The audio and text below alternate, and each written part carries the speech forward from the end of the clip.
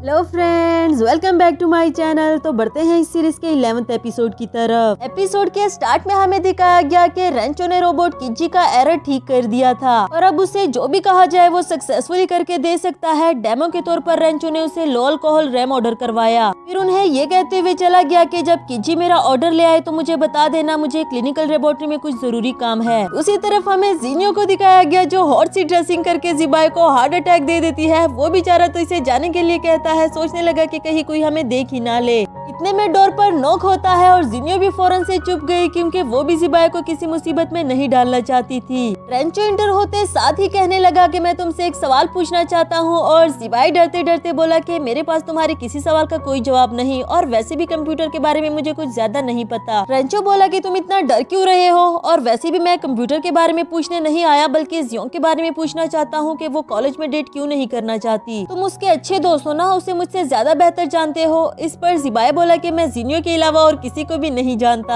और तुमने ही तो कहा था ना कि लव शव इंसान को स्टूपिड बना देता है। अब तुम्हारे लिए मसला क्या है, आराम से अपने कैरियर पर फोकस करो। उसकी बातें सुनकर जीनियो को तो अच्छा लगा पर रेंचो को बड़ा गुस्सा आया कि तुमने अपने लिए तो डेट सेट कर ली और अब मेरी हेल्प करने में तुम्हें मौत पड़ रही है। कंटिन्यूसली जीनियो की बुराई करना शुरू कर दी कि वो तो कभी भी स्कूल में अच्छे ग्रेड्स नहीं ले सकी। उसे पढ़ाने के बजाय तुमने उसके साथ डेट करना शुरू कर दिया। ये बातें तो और जीनियो से भी सुनी नहीं जा रही थी। खड़े होकर कहने लगी कि बस कर दो, आप कब तक एक दूसरे की गर्लफ्रेंड की बुराइयां करते रहोगे। रेंचो उसे यहाँ देखकर हैरान हो गया और जीनियो बोली कि अगर तुम भी अपनी लव लाइफ को एंजॉय करना चाहते हो तो जाकर जियोंग को अपनी फीलिंग्स बता दो। इधर जियोंग क्विज में अच्छे ग्रेड्स लेकर इतनी ज्यादा खुश थी कि उसे अपने बैग में भी नहीं डालती। कहने लगी कि जो मर्जी हो लेकिन रेंचो टीचर बहुत अच्छा है। ये सुनकर तो शाओ शॉक्ड ही हो जाती है। कहने लगी कि क्या मतलब कि रेंचो पिछले 7 दिनों तुम्हारे घर आकर तुम्हें पढ़ाता रहा, तुम्हें नहीं लगता कि ये कुछ अजीब सी बात है। जियोंग बोली तुम पागल हो गई हो क्या? अच्छे ग्रेड्स लेने वाले स्टूडेंट्स की हॉबी होती है दूसरों को पढ़ाना और शायद उनसे नहीं देखा जाता किसी को बुरे ग्रेड्स लेते हुए। अब ये नॉनसेंस बातें करना बंद करो, चलो मेरे साथ, हमें सर्जिकल टेस्ट की प्रैक्टिस करनी होगी। मैं उसमें भी अच्छे ग्रेड्स लेना चाहती हूँ। नेक्स्ट सीन में हम उसे सर्जिकल प्रैक्टिस करते हुए देखते हैं जो कि दिखने में तो बिल्कुल रियल केस लग रहा था। साथ ही साथ दोनों की आंखों से आंसू आते हैं क्योंकि सर्जरी ही एक ऑनियन की हो रही थी। शाओ बोली के लेबोरेटरी में हमारे पास कितने सारे केसेस होते हैं जिसके थ्रू हम अपनी सर्जरी को प्रैक्टिस कर सके, लेकिन जियोंग को खुद पर बिल्कुल भी भरोसा नहीं था। वो रॉन्ग सर्जरी करके किसी को भी हर्ट नहीं करना चाहती। इधर जिबाई रेंचो को समझा रहा था कि अगर तुम जियोंग को अपनी फीलिंग्स नहीं बताओगे तो उसे पता कैसे चलेगा कि तुम उससे प्यार करते हो। कुछ साइंटिस्ट की एग्जांपल्स भी दी जिन्होंने अपने कैरियर के साथ साथ अपनी लव लाइफ को भी बहुत अच्छे से मैनेज किया। अब जब उसे जिबाई ने इतना ज्यादा मोटिवेट कर ही दिया था तो वो जियोंग के पास आता है उसे अपनी फीलिंग्स बताने के लिए, लेकिन शाओ के सामने वो कुछ भी नहीं बता पा रहा था। फिर जैसे तैसे बेचारे ने हिम्मत की जियोंग को अपनी फीलिंग्स बताने की, तभी जियोंग को छींक आ जाती है और वो ये कहते हुए वहाँ से भाग गई कि मैं तुमसे बाद में बात करूंगी। यहाँ जीनियो ने इसे एक वीडियो सेंड की जिसमें जिबाई उसके लिए रोमांटिक सी पोएम पढ़ रहा था। साथ ही उसे बताती है कि देखो कजन, डेटिंग करना कितनी स्पेशल फीलिंग होती है, भला तुम इस फीलिंग्स को कैसे समझ सको। बेचारे रेंचो को तो उसकी बातें सुनकर काफी गुस्सा आया। एक तो जियोंग को उसकी बात समझ नहीं आ रही, ऊपर से उसकी ये अजीब अजीब सी बातें, साथ ही उसे ब्लॉक कर दिया। अगला सीन हमें क्लास का दिखाया गया जहाँ सर्जिकल क्विज के लिए पहले तो जियोंग काफी ज्यादा कॉन्फिडेंट थी, लेकिन बाद में उसका कॉन्फिडेंस लूज हो गया क्योंकि उसने अपनी क्लास फेलो की बात सुन ली थी कि हमारे डिपार्टमेंट के एक स्टूडेंट ने अपना डिपार्टमेंट चेंज करवा लिया है क्योंकि वो अच्छे ग्रेड्स नहीं ले सका। जियोंग को भी लगा कि अगर मैं हमेशा इस तरह डरती रही तो मैं कभी भी अच्छे ग्रेड्स नहीं ले सकूंगी और शायद मुझे भी अपना डिपार्टमेंट चेंज करवा लेना चाहिए। इधर रेंचो ने उसको अपनी फीलिंग्स बताने के लिए पूरा मैथमेटिकल फार्मूला बना लिया था जो उसे तो काफी रोमांटिक लगता है, पर देखा जाएगा कि उसकी ये वाली ट्रिक काम करती है या नहीं। फिर जब जियोंग क्लासरूम से बाहर आई तो उसे अपना टैब पकड़ाते हुए कहने लगा कि यही वो बात है जो मैं तुम्हें पहले बताना चाहता था। वो बोली तुम सिर्फ मुझे अपनी ये ड्राइंग दिखाना चाहते थे, इसमें ऐसी खास बात क्या है? असल में रेंचो ने एक मैथमेटिशियन को फॉलो किया था जिसने प्रिंसेस को इस तरह करके अपनी फीलिंग्स बताई थी, पर उसकी ये वाली ट्रिक जियोंग पर चलने वाली कहाँ थी। पहले से ही उसका मूड काफी ऑफ था। कहने लगी मुझे भूख लगी है, ये फजूल सी ड्राइंग देखने में मुझे कोई इंटरेस्ट नहीं। जिबाई ने भी इसे मैसेज करके बताया कि फौरन से लेबोरेटरी आकर मुझसे मिलो, मुझे तुमसे कुछ एकेडमिक डिस्कस करना है। और जब रेंचो वहाँ पहुँचा तो जिबाई 2 बुके लेकर उसके सामने खड़ा था। कहने लगा कि मुझे इसमें किस वाली का सिलेक्शन करना चाहिए ज़िनियो को प्रपोज करने के लिए। रेंचो बोला कि तुम किसी बायोलॉजिस्ट को फॉलो क्यों नहीं कर लेते, जिस पर जिबाई कहने लगा कि पागल हो गए हो क्या, वो सब तो मैंने सिर्फ तुम्हें एग्जाम्पल दी थी। किसी को भी प्रपोज करने के लिए उसका सूटेबल मेथड ढूंढना चाहिए। और ये बात हमारे रेंचो को अभी अभी समझ आई। नेक्स्ट सीन में रेंचो जाता है लाइब्रेरी कुछ लव बुक्स पढ़ने के लिए और तभी वहाँ उसे जियोंग नजर आई, जिसे देखकर ये सोचने लगा कि यही मेरे पास मौका है, क्यों ना मैं इसके पास जाकर स्ट्रेट फॉरवर्ड इसे अपनी फीलिंग्स बता दूं। जियोंग भी उसे यहाँ अचानक देखकर डर जाती है। उसके हाथ से बुक नीचे गिर गई, जिसमें रेंचो ने डिपार्टमेंट चेंज करने की एप्लीकेशन देखी। अब जियोंग ने इस बात को कवर करने की काफी कोशिश की, लेकिन आखिरकार वो मान ही जाती है कि हाँ मैं अपना डिपार्टमेंट चेंज करना चाहती हूँ। तुम जैसा परफेक्ट स्टूडेंट कभी भी मेरी मुश्किलें नहीं समझ सकता।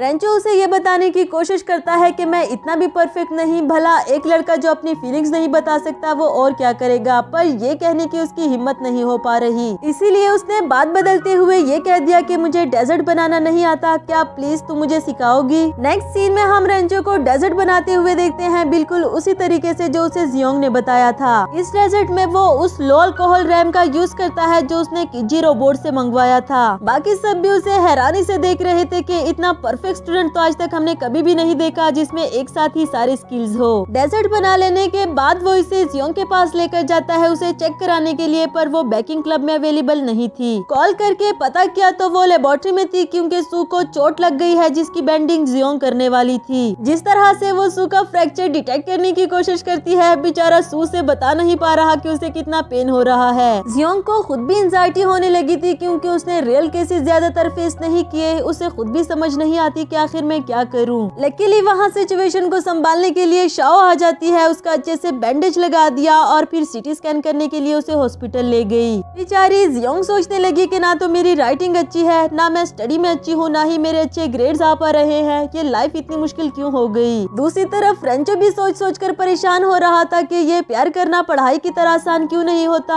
आई विश के मुझ में भी थोड़ी सी हिम्मत आ जाए। नेक्स्ट सीन में रेंचो अकेला बैठकर सू को कॉल करता है उसका हाल चाल पूछने के लिए, और फिर खुद ही अपना डेजर्ट निकाल कर खाने का सोचता है, क्योंकि जियोंग को तो अपनी फीलिंग्स बताना इम्पॉसिबल था। तभी वहाँ जियोंग भी आकर बैठ गई रिलैक्स करने के लिए, जो देखकर उसे तो काफी अच्छा लगा। डेजर्ट को देखकर जियोंग भी उसे टेस्ट करने लगी और बताया कि इसमें से अल्कोहल की इतनी स्ट्रॉन्ग स्मेल क्यों आ रही है। रेंचो ने बताया कि मैंने तो इसमें लो अल्कोहल रैम का यूज किया था, पर तुम ठीक कह रही हो, इसकी स्मेल तो वाकई बहुत ज्यादा तेज है। उसी तरफ हमें कंप्यूटर लेबोरेटरी का सीन दिखाया जाता है, जहां हमें पता चला कि रेंचो ने लो के बजाय हाई अल्कोहल रैम का यूज कर लिया था, क्योंकि उसके कोवर्कर ने इसे गलत बोतल पकड़ा दी थी। यानी कि जियोंग एक बार फिर से ड्रंक होने वाली है। रेंचो को एक नया मौका मिल गया जियोंग को अपनी फीलिंग्स बताने का, और एक लंबी चौड़ी सी स्पीच उसने पहले से ही तैयार कर ली थी, जिसमें वो जियोंग को बताने वाला था कि मैं तुम्हें लाइक करता हूँ, क्या तुम मेरी गर्लफ्रेंड बनना चाहोगी।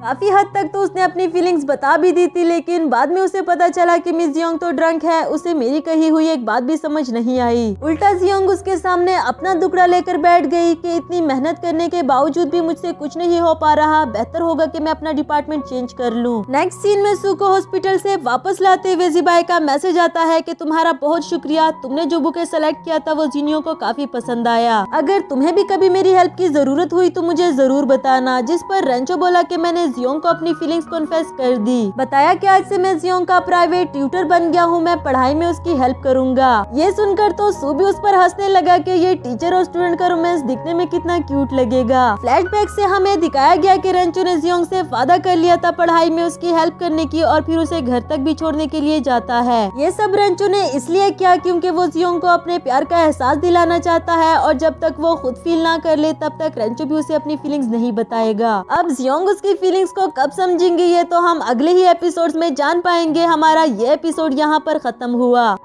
Hello friends, welcome back to my channel. तो बढ़ते हैं इस सीरीज के 12th एपिसोड की तरफ। एपिसोड के स्टार्ट में हमें एक रोमांटिक सा सीन दिखाया जाता है, जहां जियोंग रेंचो से कह रही थी कि खबरदार अगर तुमने बाहर किसी को बताने की कोशिश की कि मैंने तुम्हें बुले किया तो देख लेना मैं तुम्हारे साथ इससे ज्यादा बुरा कर सकती हूँ। बेचारा रेंचो भी ऐसे डर रहा था जैसे लड़का वो नहीं बल्कि जियोंग हो, और जियोंग से उसकी इज्जत को बहुत बड़ा खतरा है। इसके साथ ही जियोंग की आंख खुली जिसने शाओ की शर्ट पकड़ी हुई थी। वो भी कहने लगी कि पागल हो गई हो क्या, मैं तुम्हारा ब्लैंकेट ठीक कर रही थी और तुमने मेरी शर्ट ही पकड़ ली। एक तो तुम्हारे कल रात के किए हुए कांड से मैं इतनी ज्यादा एम्बेरस हुई, जब भी ड्रिंक करती हो कुछ न कुछ उल्टा जरूर कर देती हो। जियोंग को भी अभी अभी ही रियलाइज हुआ कि कल तो वो रेंचो के साथ थी। लास्ट टाइम जब उसने ड्रिंक किया था तो उसे पटाने की बात की थी, पता नहीं इस बार क्या कर दिया होगा। शाओ ने बताया कि तुम्हें रूम तक छोड़ने के लिए गार्ड आंटी आई थी और तुम उनके साथ भी ऐसी अजीब अजीब सी हरकतें कर रही थी, मुझे तो बताने में भी शर्म आ रही है। इसके बाद वो गार्ड आंटी के पास जाती है उनसे कल रात की सारी सच्चाई उगलवाने के लिए, क्योंकि उसे खुद तो कुछ भी याद नहीं रहा। मसाज करने के बहाने आंटी से पूछती है कि कल रात क्या हुआ था, जिस पर उन्होंने बताया कि तुमने रेंचो की शर्ट उतरवा दी थी, उसके पास से आना नहीं चाह रही थी। वो तो शुक्र करो कि वहाँ रेंचो था, कोई और नहीं। उस बेचारे ने तो मुझे ये बात किसी को बताने से भी मना कर दी, खबरदार आइंदा कभी तुमने ड्रिंक की तो। दूसरी तरफ हमें सू को दिखाया गया जो कि रेंचो को समझा रहा था कि जरा ध्यान रखना, ऐसा ना हो कि हमेशा के लिए उसका टीचर ही बनकर रह जाओ और जियोंग को कोई और ही उठा कर ले जाए। इधर जियोंग को इतनी ज्यादा एम्बेरसमेंट हो रही थी, समझ नहीं आती कि किस तरह से उसे सॉरी बोलूं। आखिर उसकी शर्ट उतरवाना कोई छोटी बात तो नहीं। तभी एक कोवर्कर ने उसे देखकर बताया कि रेंचो तो अभी तक यहाँ नहीं आया, अगर तुम चाहो तो यहाँ बैठकर उसका वेट कर सकती हो। फिर यहाँ वेट करते करते जियोंग इन लोगों को देखकर और ज्यादा एम्बेरसमेंट फील करती है और जाने ही लगी थी कि वहाँ रेंचो भी पहुँच आया। इससे पहले कि जियोंग उसे सॉरी करती, रेंचो ने ही सॉरी बोल दिया कि मेरी वजह से तुम कल ड्रंक हो गई थी। खैर ये माफी शाफी वाला मामला निपटाने के बाद रेंचो ने बताया कि मेरे कोवर्कर्स तुमसे कुछ हेल्प मांगना चाहते हैं, और वो हेल्प ये थी कि इन सबको रिसर्च कंपटीशन के लिए न्यू स्टाइल ड्रेसिंग करनी थी, पर समझ नहीं आ रही कि किस तरह के कपड़े खरीदे। नेक्स्ट सीन में हमें सू को दिखाया गया जिसकी सारी जिम्मेदारी रेंचो ने किजी के हवाले कर दी थी और वो भी लंगड़ी टांग के साथ इसके पीछे पीछे चले आ रहा था। तभी उसे शाओ नजर आई और वो सोचने लगा कि पिछले 5 दिन से तो मैं नहाया नहीं हूँ, अगर ये लड़की मेरे पास आ गई तो अच्छा नहीं होगा, इससे पहले ही बेटा जान बचा कर निकल जा। ये तो जान बचा कर निकल गया, पर शाओ को शौक में डाल गया कि पता नहीं इससे हो क्या गया है। इधर जियोंग को दिखाया गया उन सब के लिए ऑनलाइन शॉपिंग करते हुए, और जब वो शर्ट लेने लगी तो उसे फिर से ख्याल आया कि मैंने किस तरह रेंचो की शर्ट उतरवाई होगी, ये यकीनन काफी एम्बेरसिंग होगा। साथ ही साथ वो इमेजिन करती है जब उसने अपने सॉक्स उतार दिए थे और रेंचो उसे दोबारा पहना देता है ये कहकर कि तुम्हें ठंड लग जाएगी। तभी जियोंग जबरदस्ती उसकी शर्ट उतारने लगी और ये सोच सोच कर वो अपने ब्रेन को नॉक करती है कि ये मैंने क्या कर दिया। रेंचो ने उसका हाथ पकड़कर उसे ऐसा करने से रोक दिया कि वैसे ही तुम इतनी वीक माइंडेड हो, अब क्या इसे बदतर बनना चाहती हो। नेक्स्ट सीन में रेंचो जियोंग को एक रेस्टोरेंट लेकर आता है जहाँ शेफ चैलेंज कंपटीशन होने वाला था और जो जीत जाएगा उसे प्राइजेस मिलेंगे। प्राइजेस तक की बात तो सही थी, लेकिन जियोंग इस कंपटीशन में पार्ट नहीं लेना चाहती थी क्योंकि वो जानती है मैं हर बार नर्वस हो जाती हूँ। इस पर रेंचो ने उसे याद दिलाया कि कल तुमने मुझसे वादा किया था कि मैं तुम्हें जैसा कहूँगा तुम उसको फॉलो करोगी, चाहे इस बारे में जियोंग को कुछ भी याद नहीं। इससे पहले के रेंचो से कल के बारे में कुछ और याद दिलाता, जियोंग ने फौरन से कंपटीशन में पार्ट लेने के लिए साइन कर दिया। नेक्स्ट सीन में हमें जिनियो को डांस प्रैक्टिस करते हुए दिखाया गया, पर उसका ध्यान डांस में बिल्कुल भी नहीं था और इसी दौरान उसे चोट भी लग गई। और जैसे ही उसे सिपाही का मैसेज आया जिसमें उसने कहीं बाहर जाने के लिए कहा था तो वो फौरन से वहाँ से चुपके छुपाते हुए भाग गई। दूसरी तरफ जियोंग ने रेंचो के कहने पर डेजर्ट बनाया था जो कि अब उसे टेस्ट करवाने के लिए लेकर आती है। उसे स्विमिंग करते हुए देखकर लाउड वॉइस में कहती है कि मैं ये कंपटीशन नहीं लड़ना चाहती, तुम्हें पता होना चाहिए कि मैं नर्वस हो जाती हूँ और सब कुछ खराब कर देती हूँ। जब रेंचो स्विमिंग पूल से बाहर आया तो जियोंग बोली कि मैंने तुम्हें अपना प्राइवेट ट्यूटर बनने के लिए कहा होगा, पर उस वक्त मैं ड्रंक थी, मेरी बात को इतना भी सीरियस मत लो। जिस पर वो बोला कि ड्रंक तुम थी ना, मैं तो नहीं था, और तुम्हें पता है मैंने स्विमिंग करना क्यों सीखा, क्योंकि मुझे पानी से सबसे ज्यादा डर लगता था। फिर मैंने सोचा कि अगर मैं हमेशा डरता ही रहूंगा तो ये डर कभी भी मेरे दिल से खत्म नहीं होगा, और इस तरह हिम्मत करके मैंने अपने डर को खत्म कर दिया। यहाँ जिबाई और जिनियो को रेस्टोरेंट में दिखाया गया जहाँ वो डांस रिहर्सल के बारे में पूछ रहा था। बताता है कि तुम्हारा कंपटीशन होने वाला है, तुमने मुझे इस बारे में बताया ही नहीं। लेकिन जिनियो उसके मुंह से कंपटीशन के बारे में सुनकर डर सी जाती है क्योंकि वो इस बारे में जिबाई को नहीं बताना चाहती थी, और शायद इसलिए कि आजकल उसकी परफॉर्मेंस कुछ खास अच्छी नहीं चल रही। नेक्स्ट सीन में रेंचो जियोंग का एप्रन टाई करके उसे रेडी कर देता है, उसके बाल भी टाई कर दिए ताकि काम करने में उसे कोई मुश्किल ना हो। यहाँ हमारी जियोंग की तो सांसें ही फूली हुई थी क्योंकि एक तो वैसे ही वो नर्वस हो जाती है, ऊपर से उसे समझ भी नहीं आ रही कि आखिर रेंचो उसे क्या करवाना चाह रहा है। जियोंग सबको काफी ज्यादा डाल कर दे रही थी, जिस पर शेफ आंटी ने उसे समझाया कि तुम्हें थोड़ा सा इसको शेक करना है, और फिर वो इतना ज्यादा शेक कर देती है कि लिया हुआ सारा मटेरियल ही नीचे गिर जाता और बेचारे स्टूडेंट्स का भी दिल टूट जाता है। तभी वहाँ फोंग आया जो साथ ही कहने लगा कि आंटी मुझे सबसे ज्यादा डाल कर देना। जियोंग बोली क्या, मैं आंटी? सब्र करो बेटा, तुम्हें तो मैं सबसे ज्यादा डाल कर देती हूँ। और फिर उसे सर्व करते हुए जियोंग ने ऐसा शेक किया कि पिछले किए हुए सारे रिकॉर्ड्स तोड़ दिए। वांग भी बेचारा अब क्या ही कर पाता, उसे भी इस पर गुजारा करना पड़ा। उसके जाने के बाद यहाँ एक और स्टूडेंट आता है जो खाने के मामले में काफी पिकी था। कैफे में बना हुआ कुछ भी उसे पसंद नहीं आता और उसे देखकर रेंचो कहने लगा कि हम जिसे ढूंढ रहे थे वो हमें मिल गया। नेक्स्ट सीन में रेंचो जियोंग को समझा रहा था कि हमने ऐसे 3 स्टूडेंट सेलेक्ट किए जो खाने के मामले में काफी पिकी हैं। अब वही तुम्हारे डेजर्ट को टेस्ट करके तुम्हें रैंकिंग बताएंगे और इस तरह तुम्हें तुम्हारे बेकिंग का लेवल पता चल जाएगा।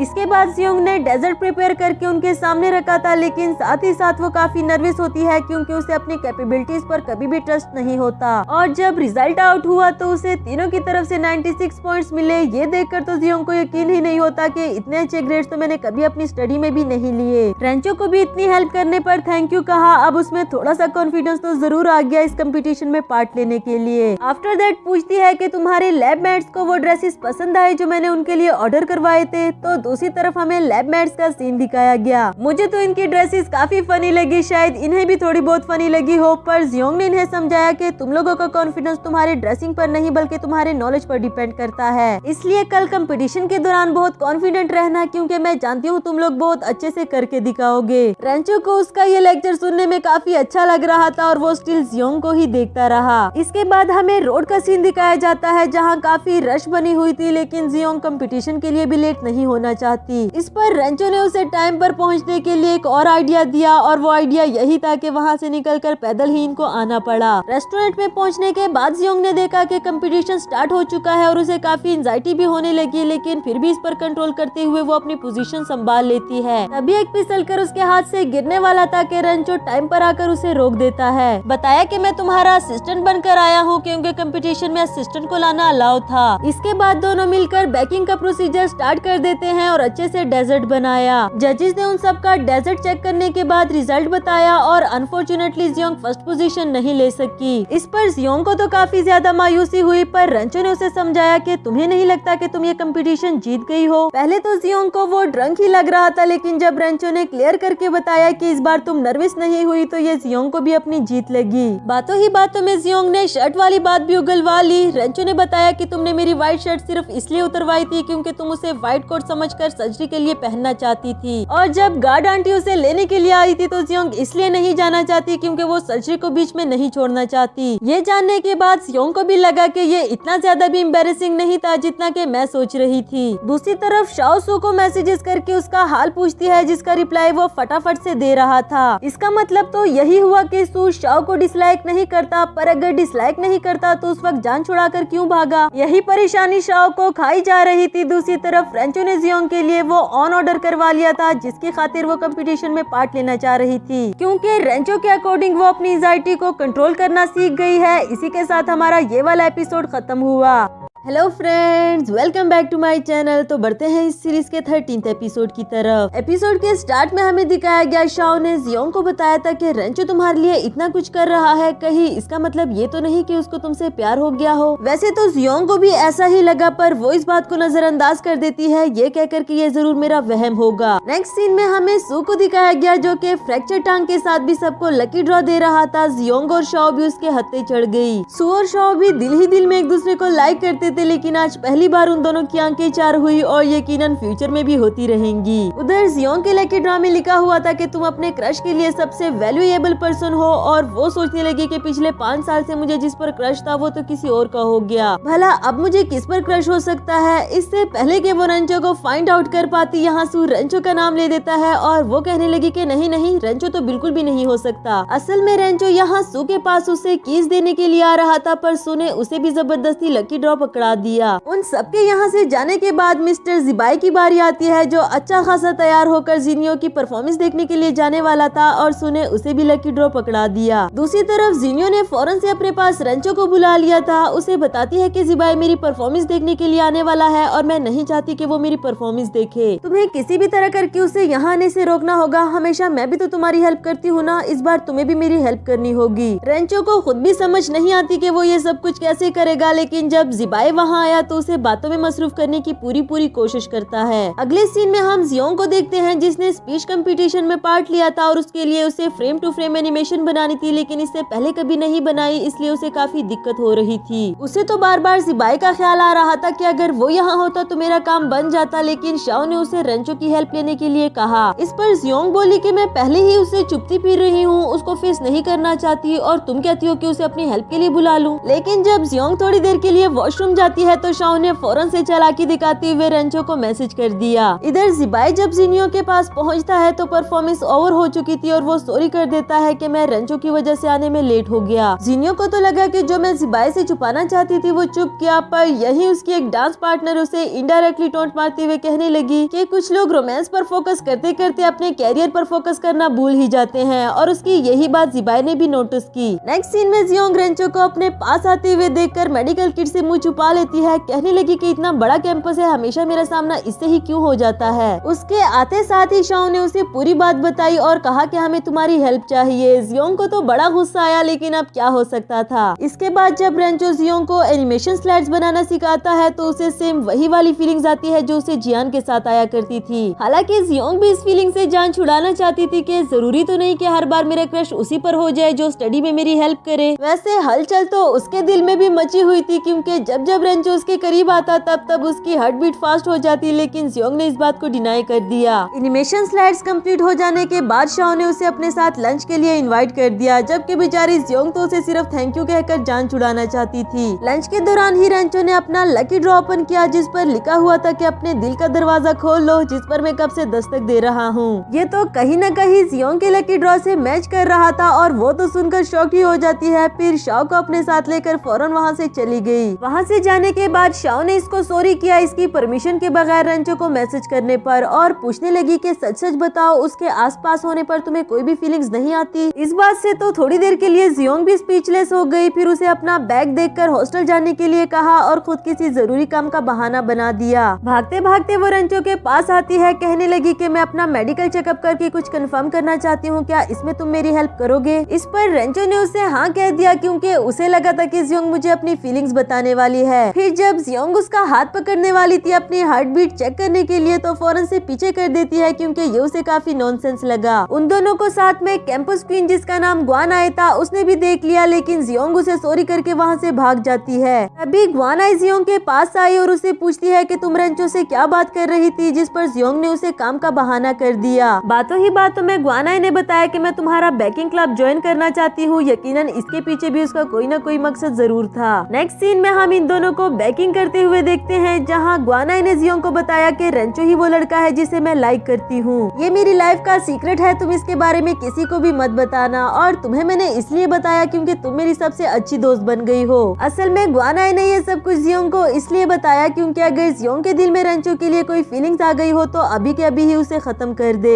जियोंग को भी सुनने में थोड़ा अजीब तो जरूर लगा, लेकिन कहने लगी कि कैंपस किंग और कैंपस क्वीन की जोड़ी बिल्कुल परफेक्ट लगेगी। पर कहीं न कहीं जियोंग के दिल में भी तो उसके लिए फीलिंग्स आ ही चुकी थी, और वो सोचने लगी कि जिया के लिए भी कितना मुश्किल हुआ होगा ना अपने प्यार और अपनी बेस्ट फ्रेंड में किसी एक को चूज करना। इधर ग्वान आई अपनी फ्रेंड से मिलकर बताती है कि जियोंग को रेंचो से दूर करने का मेरा मिशन कंप्लीट हो गया। अगर मैं पहले ही रेंचो से फ्रेंडशिप कर लेती तो जियोंग को कभी भी मौका ना मिलता उसके करीब आने का। उसकी फ्रेंड ने इसके लिए रेंचो का फोन नंबर निकलवा लिया था और कॉल करने पर बताया कि मुझे तुम्हारा नंबर जियोंग ने दिया। नेक्स्ट सीन में जिबाई को दिखाया गया जो कि उस लड़की की बातों को सोचकर परेशान हो रहा था। उसे भी लगता है कि ऐसा कुछ न कुछ तो जरूर है जो जिनियो मुझे नहीं बताना चाहती। इधर स्पीच कंपटीशन का टाइम हो गया है जिसमें जियोंग और शाओ ने मिलकर पार्टिसिपेट करना था, पर शाओ को अचानक से डायरिया हो गया। जब स्टेज पर इन दोनों की बारी आई तो जियोंग को अकेले ही आना पड़ा, और यहाँ बैठी हुई लड़कियां इसके बारे में बातें करती है कि देखो तो सही जरा क्लास में कितनी डल है और इसने स्पीच में भी पार्ट ले लिया। जियोंग भी काफी ज्यादा नर्वस हो जाती है। तभी उसे रेंचो का मैसेज आया जिसने कहा था कि खुद पर भरोसा रखो और इनकी बातों को ऐसे इग्नोर करो जैसे तुमने कुछ भी नहीं सुना। उसकी बातें जियोंग के लिए हमेशा एक नई उम्मीद बनकर आती है। इसके बाद तो जियोंग ऐसे कॉन्फिडेंट हो गई कि इससे पहले कभी भी ना हुई थी। इवन कि उसने इस कंपटीशन में फर्स्ट पोजीशन भी ली और एक बड़ी स्माइल के साथ रेंचो को थैंक यू बोला। लेकिन रेंचो बोला कि मैं एक बात से नाराज हूँ, तुमने ग्वान आई को मेरी परमिशन के बगैर मेरा नंबर कैसे दे दिया, ये अच्छी बात नहीं। वैसे तो जियोंग सारी बात समझ गई थी, लेकिन ग्वान आई को बचाते हुए कहने लगी कि वो इतनी प्यारी है, लाइक वाइक है, मुझे लगता है कि तुम्हें उससे फ्रेंडशिप कर लेनी चाहिए। इस पर रेंचो उसे कुछ भी कहे बगैर नाराज होकर वहाँ से चला जाता है। दूसरी तरफ हमें जिबाई को दिखाया गया, जिसे फुटेज देखने के बाद पता चला कि जिनियो डांस ट्रूप को लीड नहीं कर रही थी और यही वो बात है जो जिनियो ने मुझसे छुपाना चाहिए। इसमें रेंचो ने भी उसकी हेल्प की। यहाँ जियोंग जब हाल से बाहर आई तो उसने ग्वानाए को रोते हुए देखा और पूछने पर पता चला कि रेंचो ने उसे ब्लॉक कर दिया था। वो जियोंग से पूछती है कि क्या तुम रेंचो को लाइक करती हो, सच सच बताओ, अगर तुम्हारे दिल में उसके लिए कोई फीलिंग्स हो तो मैं पीछे हट जाती हूँ। और जियोंग पुरानी बातों को सोचने लगी कि जो जिया ने मेरे साथ किया वो मैं ग्वानाए के साथ नहीं कर सकती और साथ ही कहने लगी कि मेरे दिल में रेंचो के लिए कोई भी फीलिंग्स नहीं। एंड टाइम पर यहाँ रेंचो भी आ पहुँचा, जिसने जियोंग की बात सुन ली थी। अब तो वाकई उसे लगा कि शायद बात करने का कोई फायदा नहीं और बगैर बात किए वहाँ से चल दिया। उस लकी ड्रॉ को भी फजूल कहकर डस्टबिन में फेंक देता है। शायद ही वो जियोंग को अपनी फीलिंग्स बताने के लिए हिम्मत हार गया। नेक्स्ट सीन में जियोंग रेंचो के बारे में सोच रही थी कि मेरी की हुई बात से उसे हर्ट हुआ होगा, पर कहीं न कहीं उसे ये भी लगता है कि भला रेंचो मुझे क्यों पसंद करने लगा, मुझे इस तरह की गलतफहमियां नहीं पालनी चाहिए। इधर रेंचो अपना गुस्सा उतारने के लिए स्विमिंग कर रहा था और उसके सभी दोस्त खड़े उसे देख रहे थे कि आखिर आज इसे हुआ क्या है जो किसी भी काम में इंटरेस्ट नहीं ले रहा। उसके बाहर आने पर पूछते हैं कि अगर कोई मसला है तो हमें बताओ, हम तुम्हारी हेल्प करेंगे जिस तरह तुमने हमेशा हमारी हेल्प की। नेक्स्ट सीन में जिबाई को दिखाया गया, जिसने जिनियो के लिए काफी अच्छे नोट्स बना लिए थे ताकि वो अच्छे ग्रेड्स ले सके, बिकॉज वो डांस में तो उसकी हेल्प नहीं कर सकता। ये देखकर जिनियो को भी काफी अच्छा लगा कि उसके बॉयफ्रेंड ने उसके बारे में इतना सोचा और इतनी मेहनत से उसके लिए नोट्स बनाए। नेक्स्ट सीन में रेंचो जियोंग के पास आता है उसके लिए सोया मिल्क बनाकर, और इस बार तो उसे डायरेक्टली ही बता दिया कि ये मैंने स्पेशली तुम्हारे लिए बनाया है। जबकि जियोंग को तो उसका आज का बिहेवियर बहुत अजीब सा लगा, उससे दूर होकर बैठ गई, कहने लगी कि मुझे स्टडी करने दो। बेचारा रेंचो सोचने लगा कि जिस तरह मेरे दोस्त ने कहा था कि लड़की को स्पेशल फील कराना चाहिए, मैंने उसी तरह ही तो किया, फिर भी पता नहीं क्यों इस पर कोई असर नहीं हो रहा। जियोंग वॉशरूम का बहाना करके वॉशरूम चली जाती है और जब उसने वापस आकर देखा तो ग्वानाए रेंचो के पास बैठी हुई थी। अब वो इन दोनों के बीच नहीं आना चाहती, सोचने लगी कि जितना मैं रेंचो से दूर रहूंगी उतना ही ग्वानाए के लिए बेहतर होगा,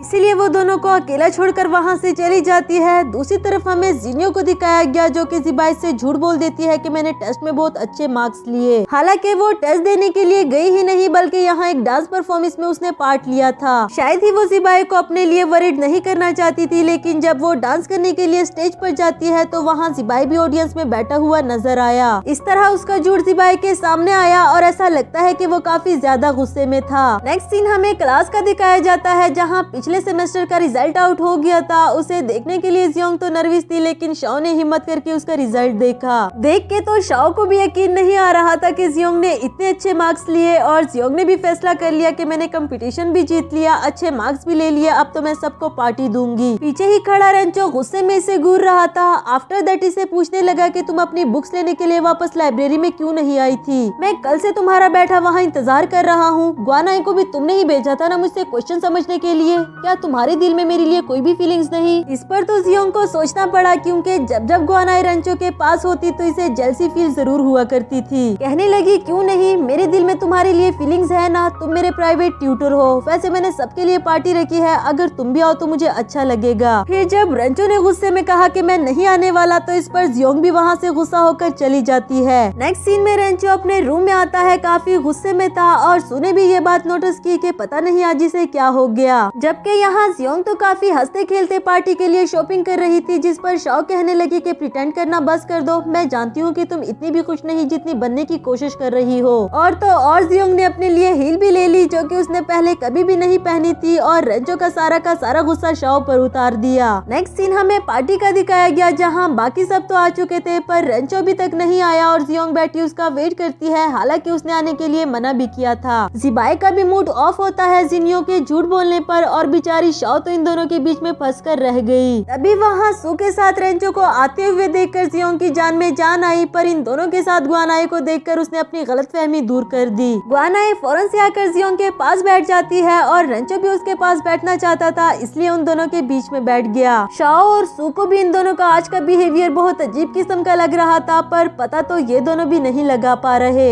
रेंचो जियोंग के साथ काफी रूड बिहेव करता है, क्योंकि उसे लगता है कि जियोंग को मुझसे सॉरी करनी चाहिए, लेकिन अभी तक जियोंग ने उसे अपोलोजाइज नहीं किया। दिल ही दिल में कहता है कि अब तो तुम मुझसे माफी भी मांग लो ना, मैं तब भी तुम्हें माफ नहीं करूंगा। वो जानता था कि जियोंग से हिल में चलने नहीं होता, खुद से ही कहने लगा कि अगर तुम गिरोगी भी मैं तब भी तुम्हारी हेल्प नहीं करूंगा। लेकिन फिर जब जियोंग गिरने वाली होती है तो वो पीछे हाथ पकड़ लेता है, इवन कि उसने खुद से वादा भी किया था कि मैं हेल्प नहीं करूंगा। वही ग्वानाई भी उससे बात करने की, उसके करीब जाने की कोशिश करती है, जिस पर रेंचो बोला कि अगर तुम कंफर्टेबल फील नहीं कर रही तो पीछे सीट्स पर जाकर बैठ सकती हो। इसी दौरान वहाँ लाइट चली गई, जिस पर जियोंग पैनिक कर जाती है और रेंचो फौरन से उसको पकड़ते हुए कहने लगा कि मैं तुम्हारे पास हूँ, तुम्हें डरने की कोई जरूरत नहीं। इसके बाद जियोंग का हाथ पकड़कर उसे बाहर ले जाना चाहता था, जिसके लिए इसने मना कर दिया, ये कहकर के सब हमारे बारे में बातें करेंगे। अब रेंचो ने अपनी शर्ट उतार कर उस पर बांध दी ताकि उन दोनों को एक दूसरे को टच ना करना पड़े और वो उसे बाहर भी ले जाए। तभी जियोंग किसी से टकरा जाती है, गिरने ही वाली थी कि रेंचो ने एक बार फिर से उसको गिरने से रोक लिया। एट द एंड तो जियोंग को भी उसका हाथ पकड़ना ही पड़ा, जिस पर रेंचो ने दिल ही दिल में उसे माफ कर दिया। नेक्स्ट सीन में जियोंग को बाहर अकेले बैठे हुए दिखाया गया। हिल पहनने की वजह से चोट लग गई थी और काफी पेन हो रहा था।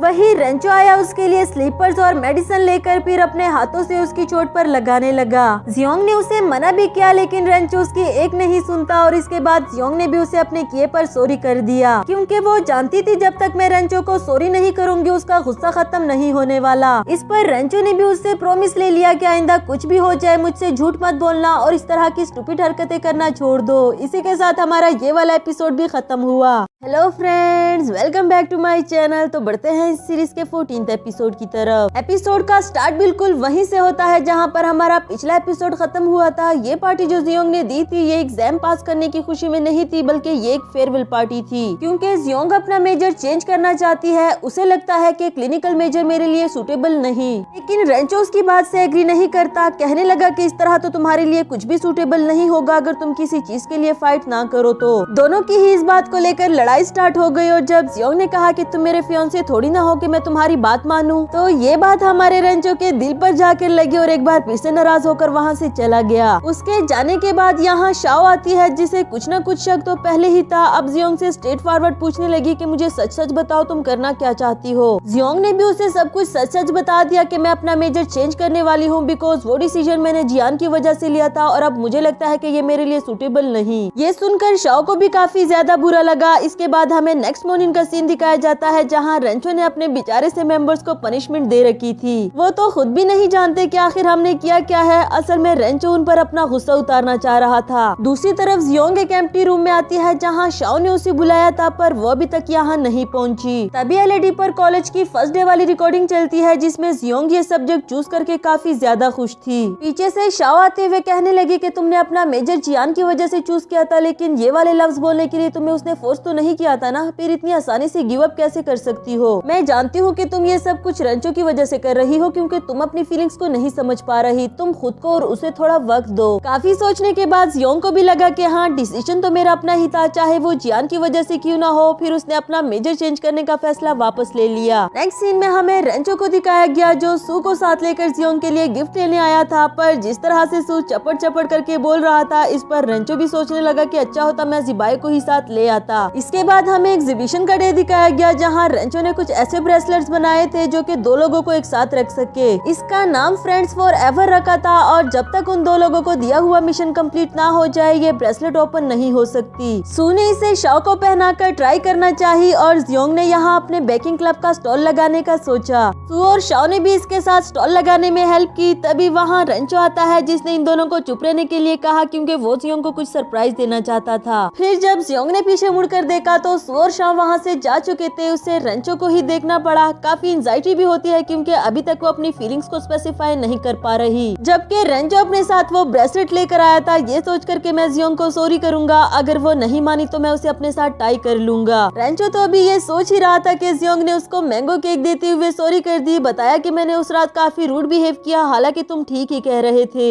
यकीन तो रेंचो को भी नहीं हो रहा था कि जियोंग ने उसको सॉरी कहा, लेकिन वो भी सॉरी कर देता है, ये कह करके मुझे उस रात तुम पर चिल्लाने के बजाय आराम से समझा देना चाहिए था। आफ्टर दैट रेंचो उसे गिफ्ट में टॉर्टस देता है, जिसे देखकर जियोंग भी काफी ज्यादा खुश हो गई, क्योंकि पहली बार उसे गिफ्ट में पेट मिला है। बताया कि मैं इसका बहुत ख्याल रखूंगी और रेंचो दिल ही दिल में सोचने लगा कि फ्यूचर में हम दोनों एक साथ होंगे तो हम दोनों मिलकर इसका ख्याल रखेंगे। तभी वहाँ जियान की एंट्री हुई जियोंग से केक लेने के लिए, लेकिन रेंचो को तो वो लड़का अपने लिए रेड सिग्नल लगता है। फिर जब रेंचो ने देखा कि जियोंग उसे स्पेशली ट्रीट कर रही है, मेरा दिया हुआ गिफ्ट भी साइड पर रख दिया, तो उसके लिए बनाया हुआ केक खराब कर देता है। बहाना उसने ये लगाया कि मेरा हाथ स्लिप हो गया और इसी बात को लेकर दोनों में लड़ाई लड़ाई स्टार्ट हो गई। वैसे ये दोनों भी अजीब है ना, अभी ठीक हुए नहीं होते कि फिर से लड़ना शुरू कर देते हैं। दूसरी तरफ हमें सू और शाओ को दिखाया गया जो कि अपना मिशन कंप्लीट करने के लिए डिफरेंट एरियाज पर जाकर काफी इंजॉय करते हैं। यहाँ रेंचो उन दोनों को अपने स्टॉल से देख रहा था, सोचता है कि क्या तुम जियान के साथ रहकर ज्यादा खुशी फील करती हो। और जब जियान ने उसका दिया हुआ टर्टस हाथ में उठाया तो इसे और ज्यादा गुस्सा आया कि इसकी हिम्मत कैसे हुई मेरे बेटे को टच करने की। फौरन से ब्रेसलेट उठाकर जियोंग के पास जाने वाला था उसे अपने साथ टाई करने के लिए, लेकिन यहाँ पर वोंग पहुँच आया और उसने रेंचो को ही अपने साथ टाई कर दिया। नेक्स्ट सीन में हमें जिबाई को दिखाया गया जिसे हर जगह जिन्यो नजर तो आ रही थी पर उसे इतना ज्यादा गुस्सा था कि वो किसी भी हाल में उससे बात नहीं करना चाहता। इधर रेंचो और वोंग को जियोंग का हाथ बटाना पड़ा क्योंकि ये उन दोनों का मिशन था, जब तक वो दोनों कंप्लीट नहीं करेंगे तब तक ये ब्रेसलेट ओपन नहीं होगा। वहीं रेंचो को जियान का पड़ा हुआ केक नजर आया जिसे जियोंग ने रिपेयर कर दिया था, पर रेंचो तो जियान को जियोंग की मेमोरी से डिलीट करना चाहता है, इसलिए उसने दोबारा केक को पीसेस में काट दिया और वोंग को इस बारे में किसी को बताने से मना कर दिया। फिर जब कुछ ही देर के बाद जियोंग ने देखा तो वो रेंचो पर चिल्लाने लगी कि तुम्हें इस पर लिखा हुआ नाम नजर नहीं आया, तुमने कैसे उसका केक किसी और को भेज दिया। इस पर रेंचो उसे ये कहकर चल दिया कि इसमें मेरी गलती है, मैं उसके लिए दूसरा ले आऊंगा। अपने टेंट में आकर जियोंग के बारे में सोच ही रहा था कि जियोंग भी उसके पीछे पीछे चली आई, उसे सॉरी कर देती है कि मैंने तुम पर कुछ ज्यादा गुस्सा कर दिया, पता नहीं क्यों हम हमेशा लड़ते ही क्यों रहते हैं। जिस पर रेंचो बोला कि मैं तुमसे वादा करता हूँ हमारी लड़ाई हमारी फ्रेंडशिप को इफेक्ट नहीं करेगी। फिर जब जियोंग ने बताया कि वो केक जियान ने अपनी गर्लफ्रेंड की बर्थडे पर बनवाया था तो इस पर रेंचो को तो यकीन ही नहीं आ रहा था कि वो हमारे बीच से निकल गया। फौरन टेंट से बाहर निकल आया अपनी खुशी मनाने के लिए क्योंकि फाइनली जियोंग को अपनी जिंदगी में लाना आसान हो गया। नेक्स्ट सीन में हमें सू और शाओ को भूत बंगला में दिखाया गया और यहाँ से सही सलामत निकलने के बाद ही उन दोनों की हथकड़ियाँ खुल सकेंगी। सू को तो वहाँ काफी ज्यादा डर लग रहा था पर शाओ बोली कि जब मैं तुम्हारे साथ हूँ तो तुम्हें डरने की क्या जरूरत। अभी उन दोनों को सामने दो भूत खड़े नजर आए और दोनों ही इतना ज्यादा डर जाते हैं कि डर के मारे एक दूसरे को हक कर दिया। पर जब दोबारा देखा तो वहाँ कोई भूत शूट नहीं था, इन दोनों को खुद पर ही काफी हंसी आने लगी। इसके बाद हमें जिन्यो को रोते हुए दिखाया जाता है क्योंकि जिबाई ने उसे ब्रेकअप कर लिया था। बताया कि मैं तुमसे बहुत ज्यादा प्यार करता हूँ, शायद ही फिर कभी किसी लड़की को इतना प्यार ना कर सकूं, लेकिन अगर मेरी वजह से तुम्हारे कैरियर पर इफेक्ट पड़ रहा है तो मैं ऐसा होने नहीं दूंगा। जिनियो के लिए तो ब्रेकअप की बात शौक थी ही थी, लेकिन जिबाई भी काफी हर्ट हुआ नजर आया। इधर सू और शाओ को डराने वाले कोई और नहीं बल्कि रेंचो और जियोंग ही थे। कहने लगे कि शाओ तो खुद को ब्रेव कह रही थी लेकिन वो भी कितनी ज्यादा डर गई। तभी वहाँ बारिश शुरू हो जाती है और रेंचो ने उसे सेफली पहुँचाने के लिए अपनी शर्ट का यूज किया जो कि काफी रोमांटिक लग रहा था। यहाँ से जाने के बाद जियोंग ने उसे टिश्यू पकड़ाया अपने हेयर वाइप करने के लिए, नहीं तो उसे कोल्ड हो जाएगा। जिस पर रेंचो बोला कि तुमने तो कहा था कि तुम मुझे लाइक नहीं करती, फिर मेरे बारे में इतना कंसर्न क्यों हो। एंड जियोंग ने जवाब दिया क्योंकि मैं नहीं चाहती लोग हमारे रिलेशनशिप को मिसअंडरस्टैंड करे। जिस पर रेंचो बोला कि तुम तो क्लिनिकल डिपार्टमेंट को भी पसंद नहीं करती, लेकिन एट द एंड तुमने उसी को ही चूज किया। नेक्स्ट सीन में हमें शाओ को पैकिंग करते हुए दिखाया गया क्योंकि न्यू ईयर की वेकेशंस हो चुकी थी और जियोंग अभी तक इसी कंफ्यूजन में बैठी है कि वो घर जाए या ना जाए, पर उसने जाने का डिसाइड कर लिया था। इसके बाद जब वो रेंचो से मिलती है तो वो टर्टस को देखते हुए कहने लगा कि खाना कम और एक्सरसाइज ज्यादा करना, ज्यादा सोना भी मत, मुझे मिस करती रहना और हाँ मुझसे आर्गिंग करना छोड़ दो। जियोंग तो जान ही चुकी थी कि ये सब कुछ उसके लिए कहा जा रहा है। कहने लगी कि भला ये छोटा सा टर्टस तुमसे क्यों आर्ग्यू करेगा, अगर मुझसे कहना चाहते हो तो डायरेक्टली बोलो ना। अगले सीन में हम जियोंग को घर में देखते हैं जहाँ मॉम हैंडसम से रेंचो के बारे में पूछती है और ये जानने के बाद कि वो वेकेशन पर अपने घर नहीं गया, मॉम ने उसे यहाँ पर इनवाइट करने के लिए कहा। सुनने में जरा अजीब तो जरूर लगा जियोंग को, लेकिन ये इतना बुरा आइडिया भी नहीं क्योंकि वो हर साल अपने फ्रेंड्स को इनवाइट करती रहती थी। इसके बाद मॉम जियोंग और डैड को अपने हाथों से बनाई हुई स्वेटर्स पहनाती है जिसे जियोंग को पहनने का दिल तो बिल्कुल भी नहीं था, लेकिन मॉम का दिल रखने के लिए उसे पहनना पड़ा। नेक्स्ट सीन में जियोंग स्कूल वापस आ जाती है, वो भी ये सोच ही रही थी कि उसे इनवाइट करूं या ना करूं, तभी सामने से रेंचो आता हुआ नजर आया और अब जब वो पकड़ी ही गई थी तो उसे इनवाइट भी कर ही दिया। इधर जिनियो भी घर वापस आ चुकी थी जिसका रो रो कर बुरा हाल था कि जिबाई ने मुझसे ब्रेकअप कैसे कर दिया, मैं कभी भी उससे बात नहीं करूंगी। पर मॉम ने उसे समझाया कि पहले उठकर अपनी हालत तो ठीक कर लो, इतनी बिगड़ी हुई हालत के साथ तो तुम्हें जिबाई क्या कोई और भी नहीं अपनाना चाहेगा। नेक्स्ट सीन में रेंचो जियोंग के इनवाइट करने पर उसके घर पहुंच आया था जिसे देखकर जियोंग अपनी स्वेटर छुपा देती है, पर रेंचो को उसकी स्वेटर काफी अच्छी लगी तो इस पर जियोंग ने भी उसको एक अदद स्वेटर लाकर पहना दी। मॉम को तो वो इतना ज्यादा क्यूट लग रहा था कि सभी को एक साथ सेल्फी लेने के लिए कहा। सेल्फी सेशन खत्म होने के बाद कल के लिए डम्पलिंग्स बनाए जा रहे थे, तभी जियोंग की नोज पर कुछ लग जाता है और रेंचो उसे साफ करने लगा। ये तो बिल्कुल वही रोमांटिक सीन है जो जियोंग ने एक मूवी में देखा था, लेकिन धीरे धीरे से उसे अपनी फीलिंग समझ में आने लगी। इसके बाद सभी एक साथ बैठकर डिनर करते हैं। जियोंग के लिए आज का दिन इतना ज्यादा स्पेशल था जो उसने कभी भी इससे पहले फील ना किया हो। तभी उसे शाओ की कॉल आई, जिसे अटेंड करने के लिए जियोंग रूम में जाती है और ये जानने के बाद कि रेंचो उसके घर में है, वो भी जियोंग के लिए काफी ज्यादा खुश हो गई। फिर जब शाओ ने उससे उसकी फीलिंग्स पूछी तो इस पर जियोंग ने कहा कि मैं चाहती हूँ कि ये वाले लम्हे हमेशा के लिए यहीं पर थम जाए।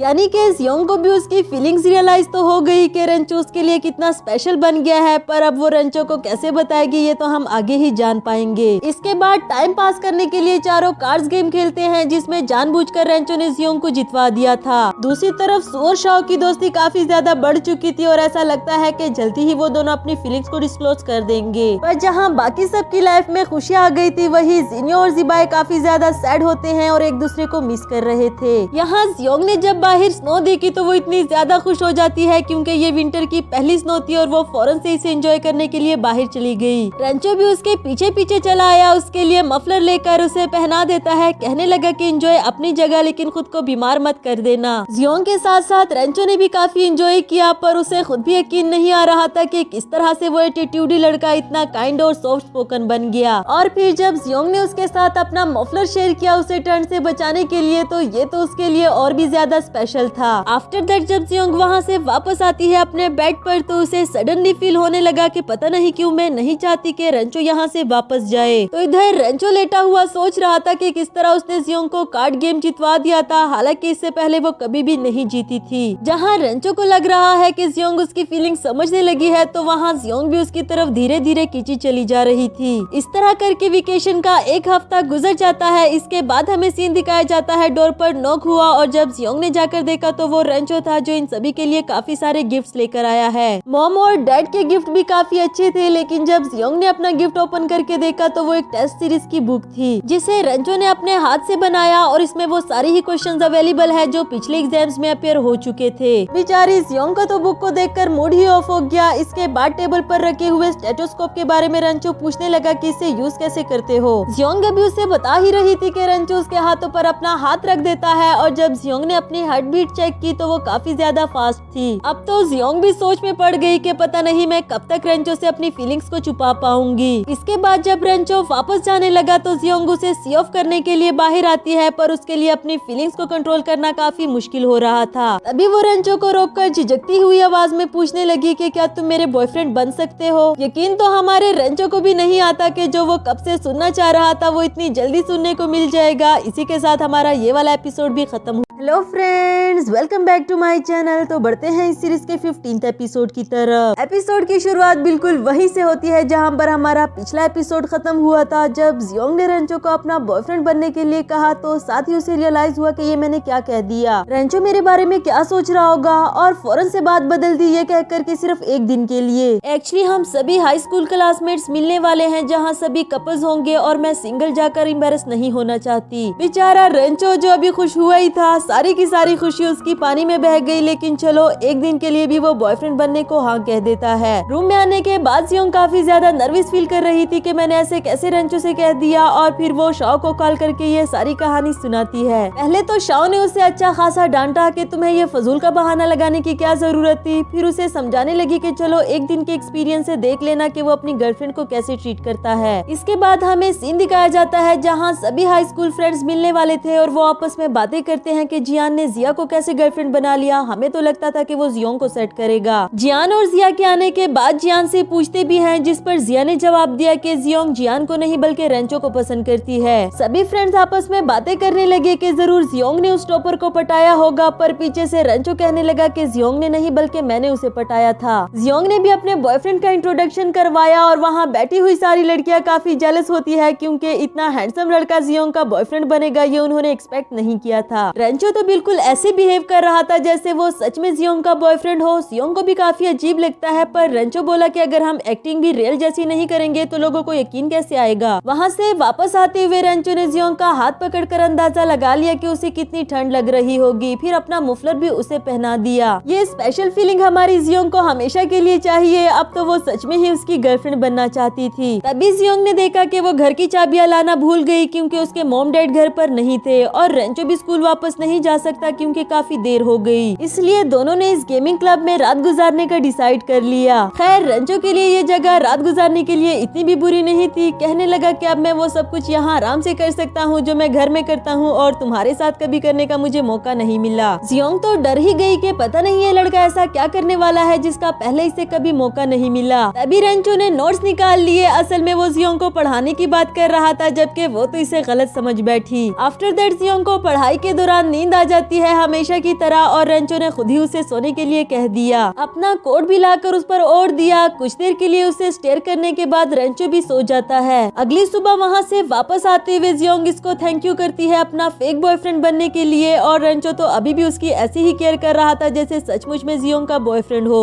उसे ब्रेकफास्ट भी लेकर दिया और घर जाकर आराम करने के लिए कहा। नेक्स्ट सीन में हमें रेंचो को दिखाया गया जो कि जियोंग को डेट पर ले जाने के लिए कोई अच्छा सा बहाना ढूंढ रहा था और यहाँ जियोंग भी उसके मैसेजेस का वेट करती है पर दोनों में से कोई भी हिम्मत नहीं कर पा रहा। वही शाओ की कॉल आई जो जियोंग से कल रात की रिपोर्ट लेना चाहती थी पर ये जाने के बाद के कल दोनों ने स्टडी की। कहने लगी कि ये टॉपर स्टूडेंट्स का तो कुछ भी नहीं हो सकता। उससे कॉल कटने के बाद जिनियो की कॉल आई जो काफी अर्जेंट में उसे अपनी हेल्प के लिए बुला रही थी। मिलने तो वो जिबाई से आई थी लेकिन यहाँ बुरी तरह से फंस जाती है। इसमें जियोंग भी उसकी कोई हेल्प नहीं कर पा रही इसलिए रेंचो को ही बुलाना पड़ा। रेंचो ने तो उसे अच्छा खासा डांटा कि तुम्हें ऐसी फजूल सी हरकतें करने की जरूरत क्या है। अब मुझे जिबाई को ही बुलाना पड़ेगा क्योंकि ये मेरे अकेले की बस की बात नहीं। थोड़ी ही देर में वहाँ जिबाई भी आ पहुँचा। चाहे वो शो नहीं करता लेकिन उसे जिनियो की काफी फिक्र होती है। फिर दोनों ने मिलकर उसे इस मुसीबत से बाहर निकाला लेकिन साथ ही वो यहाँ से चला गया। रेंचो ने भी जियोंग को इन्हें अकेला छोड़ने के लिए कहा ये कहकर के ये दोनों खुद ही अपने मसले सुलझा लेंगे। जिनियो ने जिबाई को मनाने की काफी कोशिश की। काफी ज्यादा इमोशनल हो जाती है पर वो बोला कि हम दोबारा से रिलेशनशिप में नहीं आ सकते, तुम यहाँ से वापस चली जाओ। जियोंग को भी जिनियो के लिए काफी बुरा लग रहा था पर वो इसके लिए कर भी क्या सकती थी, बल्कि वो बेचारी तो खुद अपने लिए भी कुछ नहीं कर पा रही। रेंचो ने जिनियो की मॉम को यहाँ की लोकेशन दे दी थी उसे वापस घर ले जाने के लिए और थोड़ी ही देर में वो भी यहाँ आ पहुँची। जिनियो को गाड़ी में बिठाने के बाद उनकी नजर जियोंग पर पड़ी और रेंचो ने बताया कि ये मेरी फ्रेंड है। उन्हें जियोंग काफी अच्छी लगी पर थोड़ा बहुत शक जरूर हो गया कि शायद ये रेंचो की गर्लफ्रेंड हो और वो मुझे नहीं बताना चाहता। गाड़ी में भी स्टिल वो जियोंग के बारे में ही बात कर रही थी। कहने लगी कि मैं रेंचो की मॉम को बताऊंगी इसकी गर्लफ्रेंड के बारे में, वो भी जानकर काफी खुश हो जाएगी। उन दोनों के यहाँ से जाने के बाद जियोंग रेंचो से कहना चाहती थी कि मुझसे मिलने के लिए आते रहना क्योंकि विंटर वेकेशंस काफी लंबी है और मैं घर में अकेले बोर हो जाती हूँ। लेकिन ये बात वो कह नहीं पा रही थी और एट द एंड तो रेंचो ने खुद ही कह दिया कि कल रेडी रहना, हम दोनों एक्वेरियम जाएंगे। जियोंग तो सुनकर इतना ज्यादा खुश हो जाती है कि फाइनली उसे रेंचो के साथ जाने का मौका मिल गया और ये बात उसने कॉल करके शाओ को भी बताई। शाओ बोली कि मुझे लगता है वो दिल ही दिल में तुम्हें लाइक करता है, तुम प्यारी सी तैयार होकर उसके साथ जाना। इसके बाद अगली सुबह का सीन दिखाया गया जहाँ जियोंग काफी ज्यादा खुश थी क्योंकि फाइनली उसे रेंचो के साथ टाइम स्पेंड करने का मौका मिल गया। पर जब वो रेंचो के पास पहुँचती है तो वहाँ जाकर देखा कि वोंग भी इन दोनों के साथ जाने के लिए तैयार बैठा था और ये देखकर तो उसे काफी गुस्सा आया। आफ्टर दैट एक्वेरियम का सीन दिखाया गया जहाँ इन दोनों को तो काफी ज्यादा रोमांटिक लग रहा था लेकिन इससे पहले कि इन दोनों के बीच में कुछ भी रोमांटिक हो पाता हमेशा की तरह वोंग वहाँ टपक जाता है। जियोंग को तो काफी ज्यादा गुस्सा आ रहा था कि इसे वोंग को अपने साथ लाने की जरूरत क्या थी। कहीं न कहीं तो उसे ये भी लगने लगा कि शायद रेंचो मुझे लाइक नहीं करता, लेकिन मौका पाकर रेंचो ने उसे क्लियर कर दिया कि मैं इस मुसीबत की जड़ को अपने साथ लेकर नहीं आया बल्कि इसने खुद ही मेरे साथ आने की जिद की। वोंग इन दोनों को अपने साथ लेकर डॉल्फिन शो देखने के लिए जाने वाला था और ये दोनों मौका ढूंढते ही वहाँ से फरार हो गए। अब जब वोंग इतने टाइम से कबाब में हड्डी बनने की कोशिश कर रहा था तो इन दोनों को भी वहाँ से भागना ही बेहतर लगा। नेक्स्ट सीन में सू रेंचो के पीछे पड़ा हुआ था। उसे बताता है कि तुम्हें स्पीच कंपटीशन में पार्ट लेना चाहिए क्योंकि ये कंपटीशन हमारे डिपार्टमेंट ने अरेंज करवाया है। हालांकि रेंचो को ना तो इस कंपटीशन में कोई इंटरेस्ट है और ना ही वो इसमें पार्ट लेना चाहता था। दूसरी तरफ जियोंग को भी उसके सभी क्लास फेलोज ने कंपटीशन में पार्ट लेने के लिए वोट दे दिया था जबकि उसे भी कोई इंटरेस्ट नहीं क्योंकि वो पहले ही हॉस्पिटल में प्री इंटर्नशिप के लिए हाँ कर चुकी थी। अब वो इस कंपटीशन को मैनेज कैसे करेगी। शाओ ने उसकी इंटर्नशिप की बात बातों ही बातों में सू को भी बता दी थी और ये भी कि हम चाहते हैं कि जियोंग इस कंपटीशन में पार्ट ले। अगली सुबह जब जियोंग इंटर्नशिप के लिए हॉस्पिटल जाने वाली थी तो रेंचो पहले से ही उसे लेने के लिए खड़ा हुआ था क्योंकि वो नहीं चाहता कि जियोंग पहले दिन ही लेट हो जाए। जियोंग को उसका अपने लिए इतनी केयर करना अच्छा तो लग रहा था लेकिन वो पागल लड़की अभी भी नहीं समझ पा रही कि रेंचो ये सब कुछ क्यों कर रहा है। नेक्स्ट सीन में हमें उसे हॉस्पिटल में दिखाया गया जहाँ वो डॉक्टर से अपना इंट्रोडक्शन करवाने की प्रैक्टिस कर रही थी और वहाँ जियान भी आ पहुँचा क्योंकि वो भी यहाँ इंटर्नशिप के लिए सेलेक्ट हुआ था। फिर दोनों का ही सारा दिन काफी बिजी गुजरता है और ज्यादातर तो जियोंग को डिलीवरी मैन का ही काम करना पड़ा। एट द एंड जब दोनों वापस जाते हैं तो जियान ने उसके रिलेशनशिप के बारे में पूछा, जिस पर जियोंग तो उसे सब कुछ सच सच बताने ही वाली थी, लेकिन रेंचो ने उसको रोक दिया। वहाँ से वापस आते हुए दोनों बातें करते हुए आते हैं। रेंचो ने भी इस कंपटीशन में पार्ट ले लिया था, ये जानने के बाद के जियोंग भी हमारी टीम का हिस्सा है। तभी इन दोनों को साथ आते हुए ग्वानाई ने देख लिया और जियोंग के पास आकर बताया कि मैं इस कंपटीशन की इंचार्ज हूँ, मुझे तुमसे कुछ जरूरी बात करनी है। और वो जरूरी बात ये थी कि तुम रेंचो की टीममेट हो, इसलिए प्लीज मेरे लिए पता लगा लेना कि उसे खाने में क्या कुछ पसंद है। इस पर जियोंग ने उसे साफ साफ मना कर दिया, सॉरी कर दी कि मैं तुम्हारे लिए ये नहीं कर सकती क्योंकि मैं खुद भी रेंचो को लाइक करती हूँ और ये अभी नहीं हुआ बल्कि काफी पहले से है, लेकिन मैं अपनी फीलिंग्स को नहीं समझ पा रही थी। ग्वानाई उसे टोंट मारते हुए कहने लगी कि तुमने ऐसा कैसे सोच लिया, मुझे 100% यकीन है कि वो जरूर मुझे ही सेलेक्ट करेगा। इस पर जियोंग ये कहते हुए चली गई कि हम दोनों ही अपनी कोशिश करके देख लेंगे, क्योंकि इस बार जियोंग अपनी फीलिंग्स बताने के लिए देर नहीं करना चाहती। आफ्टर दैट ये सिलसिला शुरू हो गया था कि रेंचो रोज हॉस्पिटल में बैठकर जियोंग का वेट करता और वापसी में उसे अपने साथ लेकर आता। अब तो जियोंग का शक भी यकीन में बदलने लगा था कि शायद रेंचो का मुझ पर सीक्रेट क्रश है। और क्यों ना बदलता, जिस तरह वो रोज इसके लिए सोया मिल्क लेकर आता है, इसे अकेले जाने नहीं देता, ये प्यार ही तो था। इसके बाद जब जियोंग अपने रूम में आई तो उस पर एक बहुत बड़ा बॉम्ब गिरता है कि वो रेंचो की टीम में नहीं बल्कि उसके ऑपोजिट टीम में है। इस पर तो जियोंग को काफी ज्यादा गुस्सा आया, क्योंकि पहले तो वो जानती थी कि रेंचो सब कुछ संभाल लेगा, पर अब वो उसके ऑपोजिट टीम में रहकर कैसे करेगी। लेकिन इतना यकीन तो उसे जरूर हो गया कि ये सब कुछ ग्वानाई का किया धरा है। अब तो वो चाहकर भी इस कंपटीशन से पीछे नहीं हटना चाहती। अभी तो जैसे तैसे करके रात गुजर गई। कल सुबह से जियोंग ने हार्ड वर्क करना स्टार्ट कर दिया, क्योंकि हार तो उसको भी नहीं मंजूर। रेंचो को भी जब लिस्ट के बारे में पता चला तो वो जियोंग के लिए ज्यादा मुश्किलें ना पैदा करते हुए कहने लगा कि मैं कंपटीशन से पीछे हट जाऊंगा, और वैसे भी मुझे इस कंपटीशन में कुछ ज्यादा इंटरेस्ट नहीं था। पर जियोंग ने उसे पीछे हटने से मना किया, बताया कि मैं इस कंपटीशन को अपनी पूरी मेहनत के साथ जीतना चाहती हूँ, ना कि किसी का एहसान लेकर। नेक्स्ट सीन हमें कंपटीशन का दिखाया जाता है, जहाँ जियोंग पहले से ही पहुंच चुकी थी और रेंचो आते हुए उसके लिए अपने साथ कॉफी लेकर आया था। उसे नर्वस होने से मना किया, जो जियोंग को तो बहुत अच्छा लगता है, पर ग्वानाई को काफी ज्यादा गुस्सा आया। समझ नहीं आती कि वो जियोंग से हमेशा इतनी पोलाइटली बात कैसे करता है, जबकि मुझसे तो हमेशा रूड बिहेव किया। आफ्टर दैट कंपटीशन स्टार्ट होता है, जहाँ इनका टॉपिक लव के बारे में था कि क्या रोबोट्स में भी इंसानों की तरह लव फीलिंग्स आ सकती है या नहीं। रेंचो को तो सब ऐसे ट्रीट कर रहे थे जैसे वो बहुत बड़ा सेलिब्रिटी हो। चाहे उसने लव के बारे में कुछ खास बातें नहीं की, लेकिन फिर भी उसकी बातें सबको अच्छी लगी। इसके बाद जियोंग की बारी आती है, जिसके लिए शाओ के अलावा और किसी ने भी चीयर अप नहीं किया, पर उसका खड़ा होना भी जियोंग को काफी अच्छा लगा। फिर जिस तरह लॉजिकल बातों के जरिए जियोंग ने ये बात साबित की कि रोबोट्स में कभी भी इंसानों वाली फीलिंग्स नहीं आ सकती, ये रेंचो को काफी ज्यादा इम्प्रेसिव लगा और सबसे पहले क्लैपिंग भी उसी ने ही स्टार्ट कर दी। इसके बाद रेंचो से क्वेश्चन किया गया कि क्या तुम्हारा प्यार व्यार का कोई एक्सपीरियंस है। इस पर रेंचो ने कहा कि हाँ, मुझे प्यार का एक्सपीरियंस है और मैं जिस लड़की से प्यार करता हूँ वो यही हमारे बीच मौजूद है। जियोंग को तो यकीन ही नहीं आ रहा था कि इस एटीट्यूडी लड़की को भी प्यार हो सकता है, और ज्यादा एंजाइटी वाली बात तो ये थी कि पता नहीं वो लड़की कौन होगी। वेल, जानना तो सभी चाह रहे थे कि वो लड़की कौन होगी जिससे ये हैंडसम लड़का प्यार करता है, पर इसी के साथ हमारा ये एपिसोड यहाँ पर खत्म हुआ।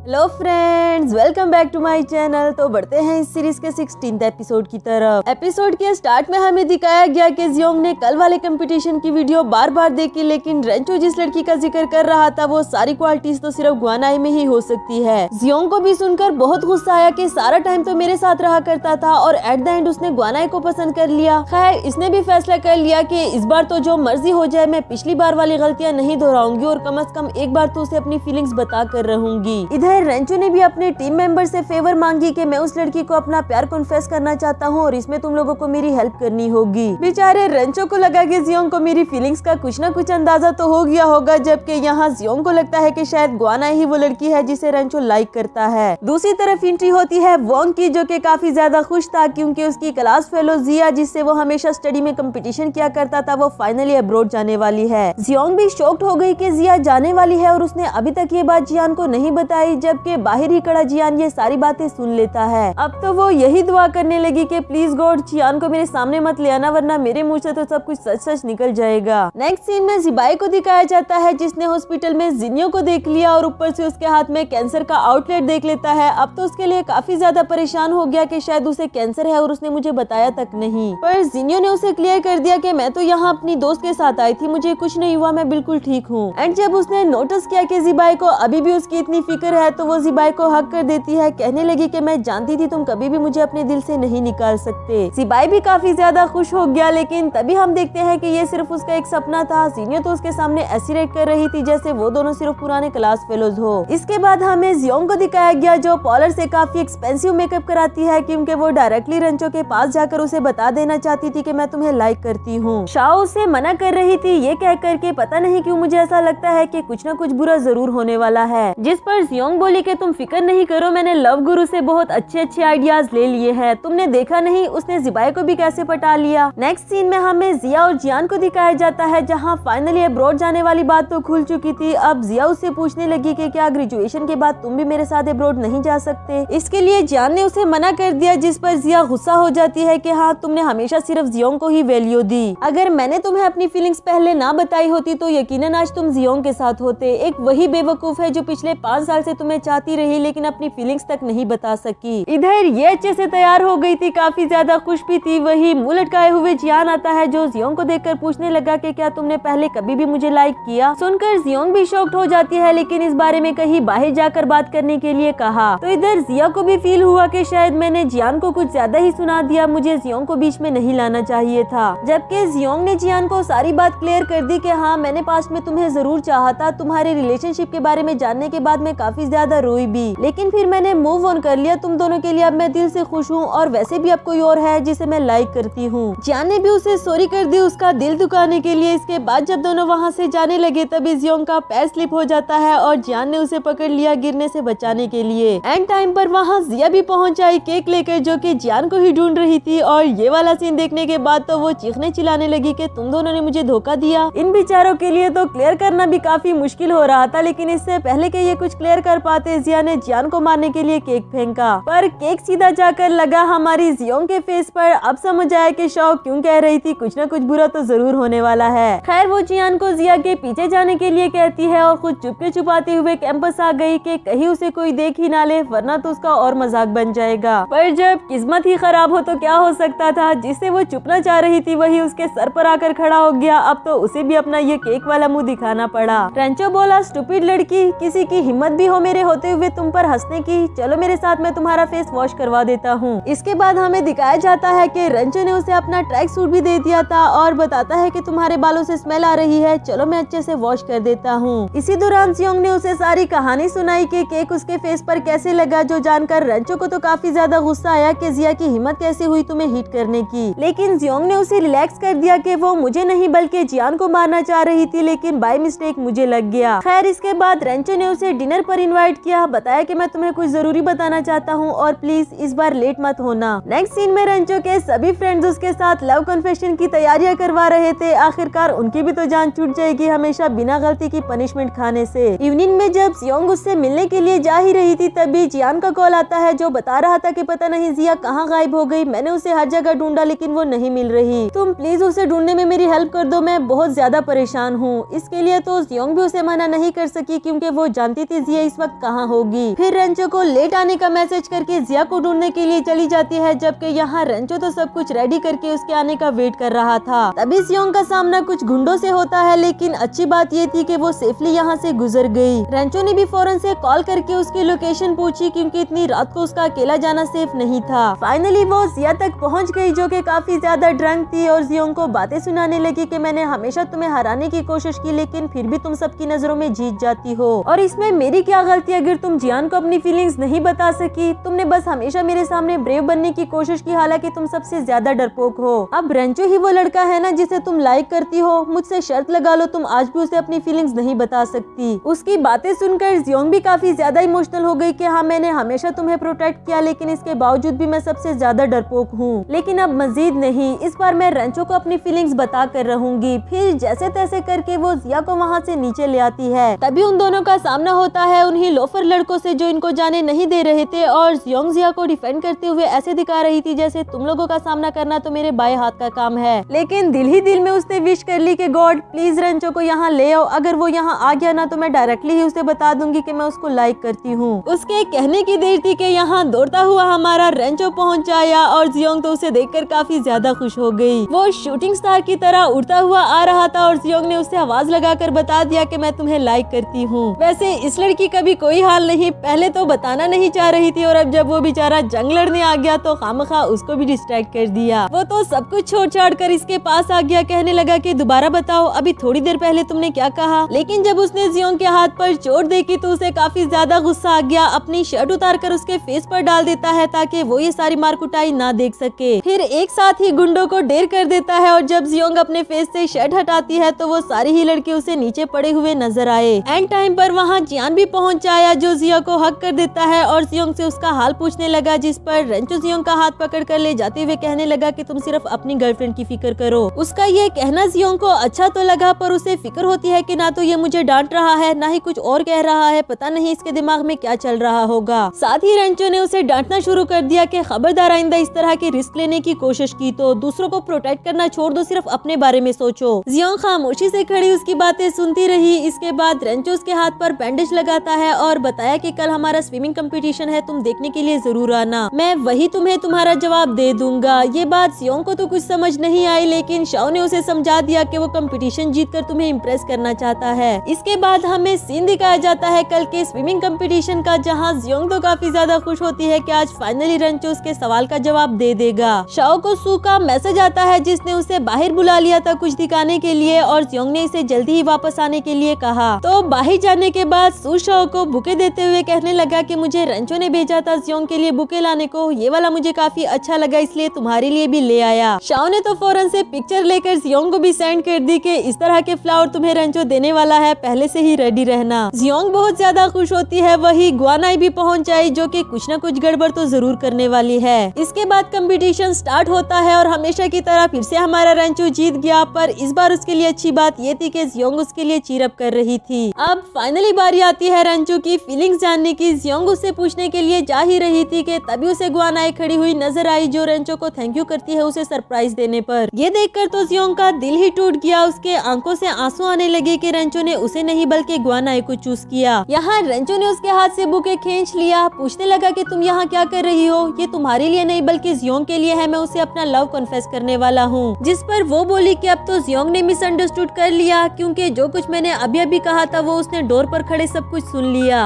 ये सुनकर तो रेंचो फौरन से उसके पीछे जाने लगा लेकिन ग्वानाई उसे चिमट ही जाती है अपनी फीलिंग्स बताने के लिए, कहती है कि तुम्हें उसे नहीं बल्कि जरूर मुझे ही चूज करना होगा। तभी वहाँ जियोंग की एंट्री हुई, काफी गुस्से में रेंचो के पास आते हुए कहने लगी कि तुमने कहा था ना तुम मुझे आंसर करोगे, पहले मुझे जवाब दो, मुझे रिजेक्ट करो उसके बाद ग्वानाई को अपनी फीलिंग्स बताना। क्या इतने टाइम में थोड़ी सी भी तुम्हारे दिल में मेरे लिए फीलिंग्स नहीं आई? रेंचो तो उसे ये छटर पटर करता हुआ देखकर स्माइल करने लगा, जिस पर जियोंग बोली तुम हंस क्यों रहे हो, क्या मैं फनी लग रही हूँ? जिस पर वो बोला कि फनी तो नहीं लेकिन क्यूट जरूर लग रही हो। साथ ही उसे बुके पकड़ाते हुए आई लव यू बोला और बताया कि क्या तुम मेरी गर्लफ्रेंड बनना चाहोगी। जियोंग तो सुनकर काफी ज्यादा खुश हो गई कि रेंचो उसे पसंद करता है और ये बुके भी उसी के लिए ही था। गर्लफ्रेंड बनने के लिए भी हाँ कर देती है लेकिन ये सब कुछ बेचारी ग्वानाई से नहीं देखा जा रहा। कहने लगी कि तुमने तो कहा था कि हम दोनों फेयर कंपटीशन लड़ेंगे, अब मुझे भी मेरी फीलिंग्स बताने का मौका दो। उसे मौका देकर जियोंग भी वहाँ से बाहर चली जाती है और रेंचो उस पर हंसने लगा कि ये किस तरह की गर्लफ्रेंड है कि अपने बॉयफ्रेंड को किसी और लड़की के साथ छोड़कर बाहर चली गई। वैसे बाहर आकर इस बेवकूफ लड़की को भी एहसास हो गया कि मुझे तो अपने बॉयफ्रेंड का हाथ पकड़कर उसे अपने साथ बाहर लाना चाहिए था, लेकिन वो ग्वानाई के साथ चीटिंग भी नहीं करना चाहती। तभी उसका पाँव स्लिप हो जाता है और इसी के साथ हमारा ये वाला एपिसोड भी खत्म हुआ। Hello friends, welcome back to my channel. तो बढ़ते हैं इस सीरीज के 17th एपिसोड की तरफ। एपिसोड के स्टार्ट में हम देखते हैं कि जिनियो जिबाई के सामने ऐसे रिएक्ट कर रही थी जैसे वो उसे जानती तक नहीं और ये बात जिबाई को भी काफी हर्ट कर देती है। और जब उसका दोस्त बोला कि ये लड़की कितनी प्यारी है, आई विश कि ये मेरी गर्लफ्रेंड बन जाए, तो ये सुनकर तो उसे और ज्यादा गुस्सा आया। इसके बाद हमें दिखाया गया कि जिनियो एक इमरजेंसी केस देखती है और साथ ही रेंचो को कॉल करके बताया कि तुम्हारी गर्लफ्रेंड यहाँ हॉस्पिटल में है। वो तो पागलों की तरह दौड़ता हुआ हॉस्पिटल पहुंच जाया और यहाँ रूम में आने के बाद ही उसे रिलीफ मिला। जियोंग से कहने लगा कि तुम पागल हो, मुझे किसी और लड़की के साथ रूम में अकेला छोड़कर चली गई थी और फिर खुद को चोट भी लगवा दी। मुझसे वादा करो कि आइंदा इस तरह की स्टूपिड हरकतें नहीं करोगी और ना ही मुझे अकेला छोड़कर जाओगी।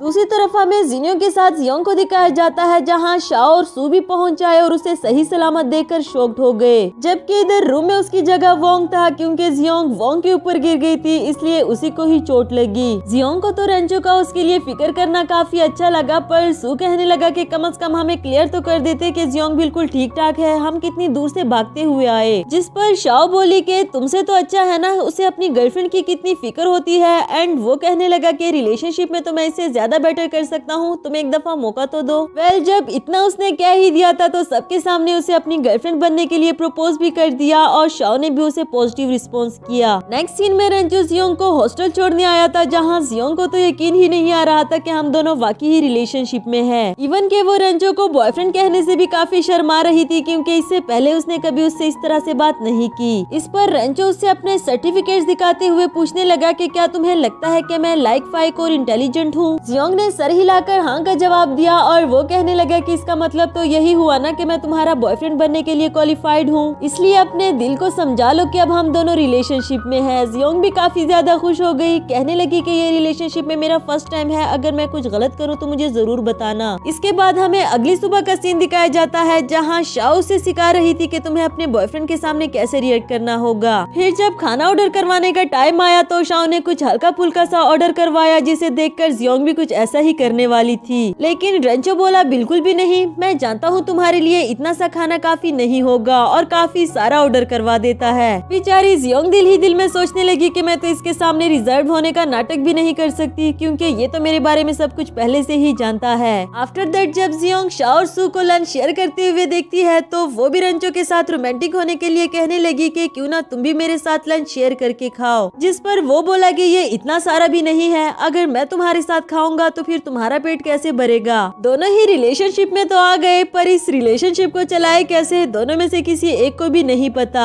रेंचो उसके बारे में पहले से ही सब कुछ जानता था और रोमांस का तो कोई नामो निशान ही नहीं। ये जियोंग के लिए एक और बड़ा मसला बन गया। और तो और रेंचो जनाब कल सुबह जियोंग को डेट पर लाइब्रेरी लेकर आया था उसको पढ़ाने के लिए। जियोंग को तो काफी ज्यादा गुस्सा आ रहा था, लेकिन कुछ कह भी नहीं पा रही, पर वो बॉयफ्रेंड कहने के बजाय उसे सीनियर कह देती है, जो रेंचो को बिल्कुल भी अच्छा नहीं लगा। इस बात पर तो रेंचो का भी मूड ऑफ हो गया कि शायद मैंने कुछ गलत कर दिया है जो जियोंग को अच्छा नहीं लगा। और जियोंग भी उसे कैसे समझाए कि उसे रिलेशनशिप में होने के बावजूद भी रिलेशनशिप वाली फीलिंग्स नहीं आ रही। दूसरी तरफ शाओ और सू तो एक्वेरियम जाकर मजे लूट रहे थे, जबकि बेचारी जियोंग यहाँ बोर होती रही। नेक्स्ट सीन में शाओ जियोंग के पास आकर उससे आज के डेट के बारे में पूछती है, जिस पर इसने भी अपना सारा दुखड़ा सुना दिया कि डेट के नाम पर उसे स्टडी ही करनी पड़ी। इस पर शाओ ने उसको मशवरा दिया कि अगर तुम रेंचो को इम्प्रेस करना चाहती हो तो उसके लिए कुकिंग करो, आई एम श्योर कि ये उसे काफी रोमांटिक लगेगा। कुकिंग तो हमारी जियोंग को आती नहीं, पर वो रेंचो पर ये वाला टोटका ट्राई करने का भी सोच लेती है। अगले सीन में हमें जिनियो को दिखाया गया, जो कि जिबाई की यूनिवर्सिटी में इवेंट पर डांस करने के लिए सेलेक्ट हुई थी और वो यहाँ अच्छा सा डांस करके उसे जेलस करना चाहती थी। पर बेचारी को स्टेज पर जाने के बाद पता चला कि जिसके लिए उसने इतनी मेहनत की वो तो ये वाला इवेंट देखने के लिए आया ही नहीं। इसके बाद जाते हुए उसे जिबाई मिला, जिसे वो अच्छा खासा सुना देती है, ये कहकर कि तुम्हें कोई और रास्ता नहीं मिला जो हमेशा मेरे सामने आ जाते हो। बेचारे जिबाई को भी समझ नहीं आती कि आखिर ये हो क्या रहा है। खैर जिनियो के जाने के बाद वो मिस्ड की हुई परफॉर्मेंस की वीडियो देखता है, जिसमें जिनियो ने काफी अच्छा परफॉर्म किया था। नेक्स्ट सीन में जियोंग को दिखाया गया, जो कि रेंचो के लिए कुकिंग कर रही थी। वैसे कुकिंग कम फाइटिंग ज्यादा लगती है। रेंचो ने उसकी हेल्प करने को भी पूछा, पर उसने मना कर दिया। तभी उसका हाथ जल जाता है और रेंचो बर्नर ऑफ करके उसे डांटने लगा कि मैंने तुम्हें बताया भी मैं बाहर से ले आऊंगा। उसका हैंड वॉश कराने लगा, कहता है कि अगर तुम्हें पेन हो तो मुझे पिंच कर देना, खुद को सप्रेस करने की कोई जरूरत नहीं। अब चाहे जियोंग को अपना रिलेशनशिप बाकियों की तरह रोमांटिक तो नहीं लगता, पर उसे इतनी समझ जरूर आ गई कि उसे रेंचो के साथ सबसे ज्यादा सेफ फील होता है। रेंचो ने उसके हाथ पर मेडिसिन लगाई, साथ ही साथ उसे प्रॉमिस ले लिया कि आइंदा तुम कभी भी कुकिंग नहीं करोगी, बल्कि फ्यूचर में भी तुम्हारे लिए कुकिंग मैं करूंगा। वैसे गाइज मुझे समझ नहीं आती कि इतने अच्छे लड़के सिर्फ चाइना में ही एग्जिस्ट क्यों करते हैं। अगर मेरे अलावा किसी और का भी चाइना जाने का ख्वाब है तो मुझे कमेंट करके जरूर बताना।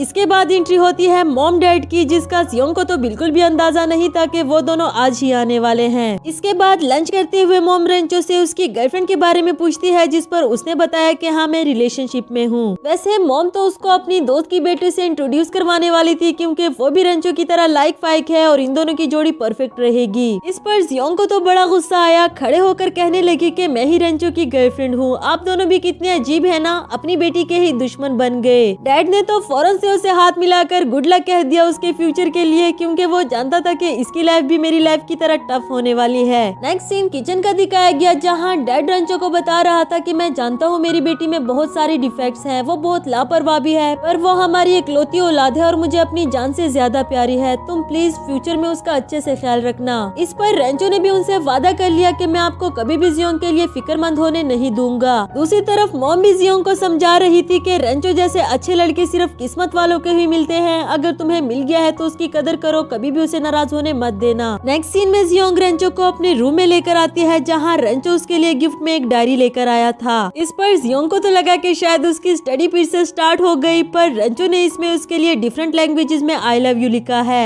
एट द एंड ये भी कि आइंदा मुझे कभी भी सीनियर कह के मत बुलाना, बल्कि अपना चार्मिंग बॉयफ्रेंड कहना। जियोंग को तो उसकी ये सारी बातें काफी ज्यादा स्वीट लगती है और उसको और स्वीटनेस देने के लिए रेंचो उसे किस कर देता है, बिकॉज वो समझ गया था कि रिलेशनशिप फ्रेंडशिप से थोड़ी डिफरेंट होनी चाहिए और शायद जियोंग भी यही चाहती है। नेक्स्ट मॉर्निंग हमें सो रेंचो को दौड़ते हुए दिखाया जाता है। ये दोनों कोई जंग लड़ने के लिए नहीं जा रहे, बल्कि अपनी गर्लफ्रेंड को रिसीव करने के लिए जाते हैं उनकी क्लास ऑफ होने से पहले। रेंचो तो उसे क्रॉस करके पहले ही पहुंच आया और जब जियोंग क्लास से बाहर आती है तो उसके स्वागत में पहले से ही खड़ा रहा, फिर उसका बैग उठा लेता है अच्छे बॉयफ्रेंड्स की तरह। जियोंग को भी देखकर काफी अच्छा लगा। थोड़ी ही देर में यहाँ सू भी पहुंच जाता है शाओ को रिसीव करने के लिए। बेचारे की हालत तो काफी ज्यादा खराब हुई थी। इसी के साथ हमारा ये वाला एपिसोड भी खत्म हुआ।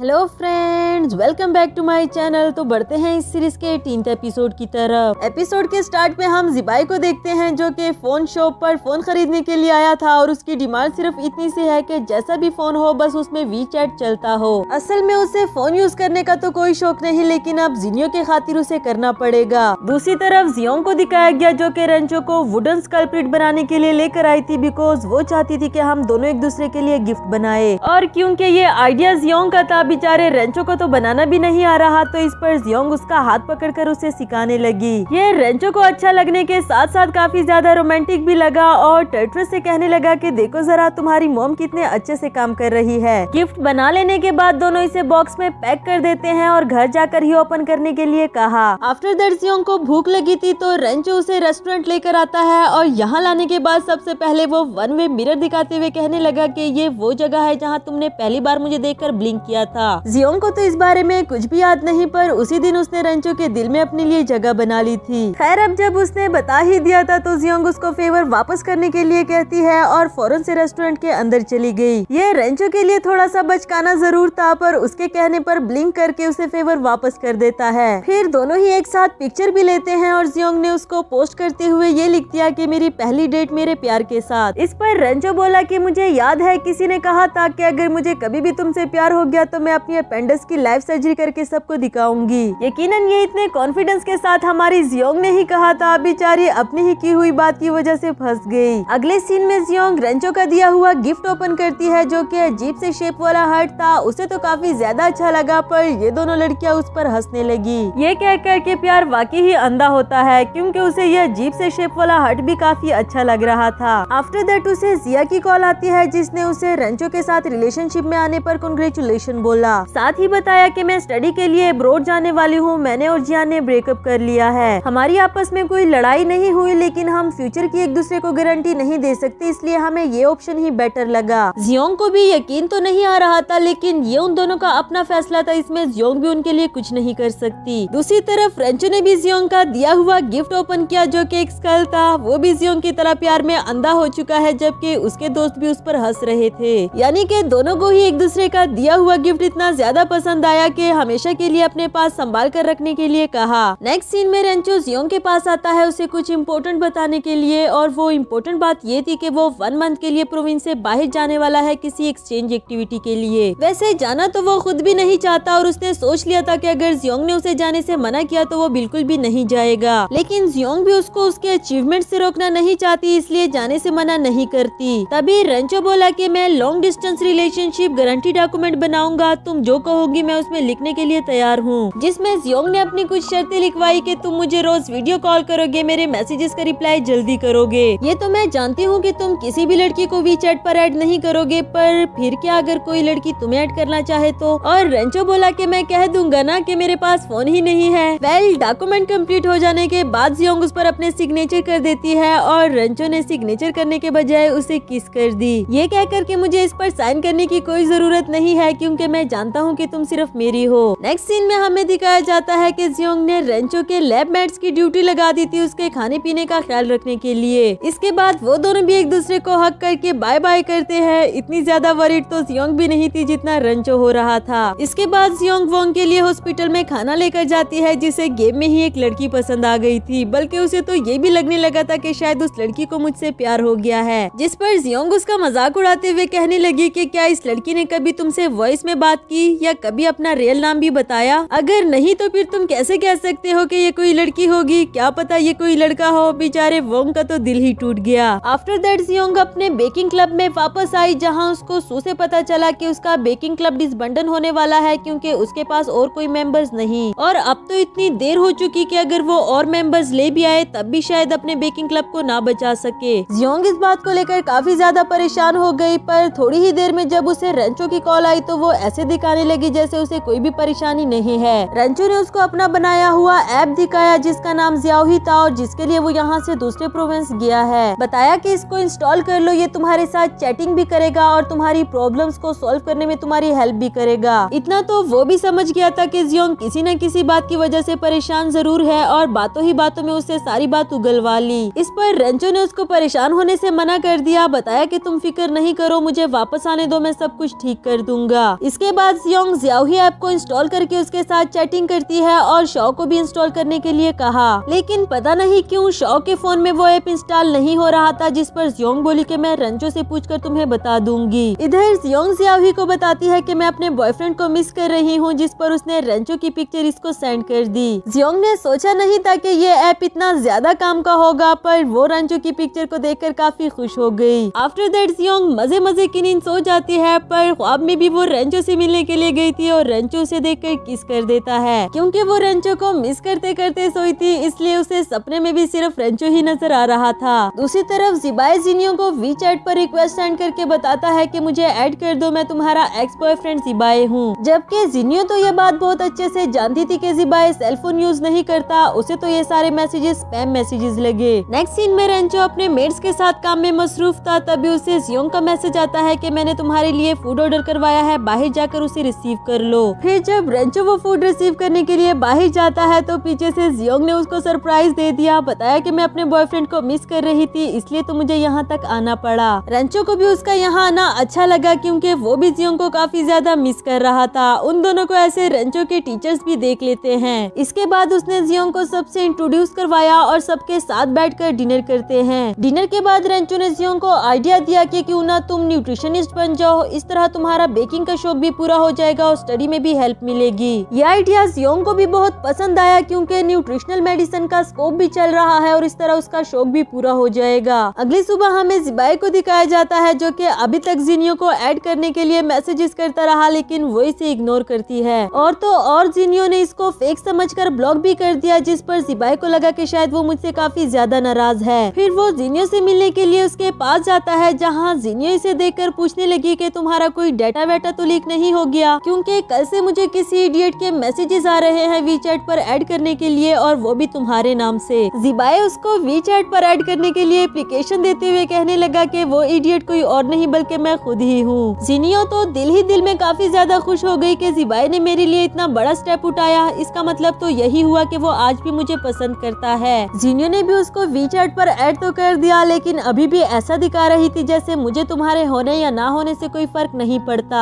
नेक्स्ट सीन में जियोंग ने अपना बेकिंग क्लब न्यूट्रिशन क्लब में चेंज कर दिया था, जिसकी खुशी में रेंचो ने उसके लिए बुके सेंड किया है। जियोंग तो पोस्टमैन के हाथ से मजे मजे से बुके लेकर चली गई और पीछे देखा तक नहीं कि जो बुके लेकर आया है वो कोई और नहीं बल्कि रेंचो खुद था। फिर देखने पर उसे फौरन से हक कर दिया। रेंचो का काम खत्म तो नहीं हुआ, लेकिन वो जियोंग को मिस कर रहा था, इसलिए मिलने के लिए चला आया। जियोंग उसका मास्क उतार देती है और रेंचो ने इसको किस कर दिया कि तभी उसे अपने लैब मेट्स की कॉल आई। वो लोग भी जियोंग को कांग्रेचुलेशंस करना चाहते थे उसके न्यू क्लब के लिए। बातों ही बातों में उन्होंने बताया कि तुम कितनी अमेजिंग हो, तुमने रेंचो को भी इतना चेंज कर दिया कि वो लेट नाइट तक तुम्हारे साथ बातें करता रहता है। जिस पर जियोंग बोली कि वो मुझसे तो बातें नहीं करता, बल्कि मैं तो रात को देर तक जियाओ ही से बातें करती हूँ। यहाँ तो रेंचो की पोल ही खुल गई, क्योंकि जियाओ ही कोई और नहीं बल्कि रेंचो ही है, और इसीलिए तो वो ऐप शॉ के फोन में इंस्टॉल भी नहीं हो रहा था। पर जब रेंचो ने उसको क्लियर किया कि मैं नहीं चाहता था कि मेरी गर्लफ्रेंड परेशान हो, मैं चाहता था कि वो हर बात मुझसे शेयर करे, इसीलिए तो मैंने इस ऐप का यूज किया, तो जियोंग ने भी उसको माफ कर दिया। आखिर ये सब कुछ उसने इसी के लिए ही तो किया था। इसी के साथ हमारा ये वाला एपिसोड भी खत्म हुआ।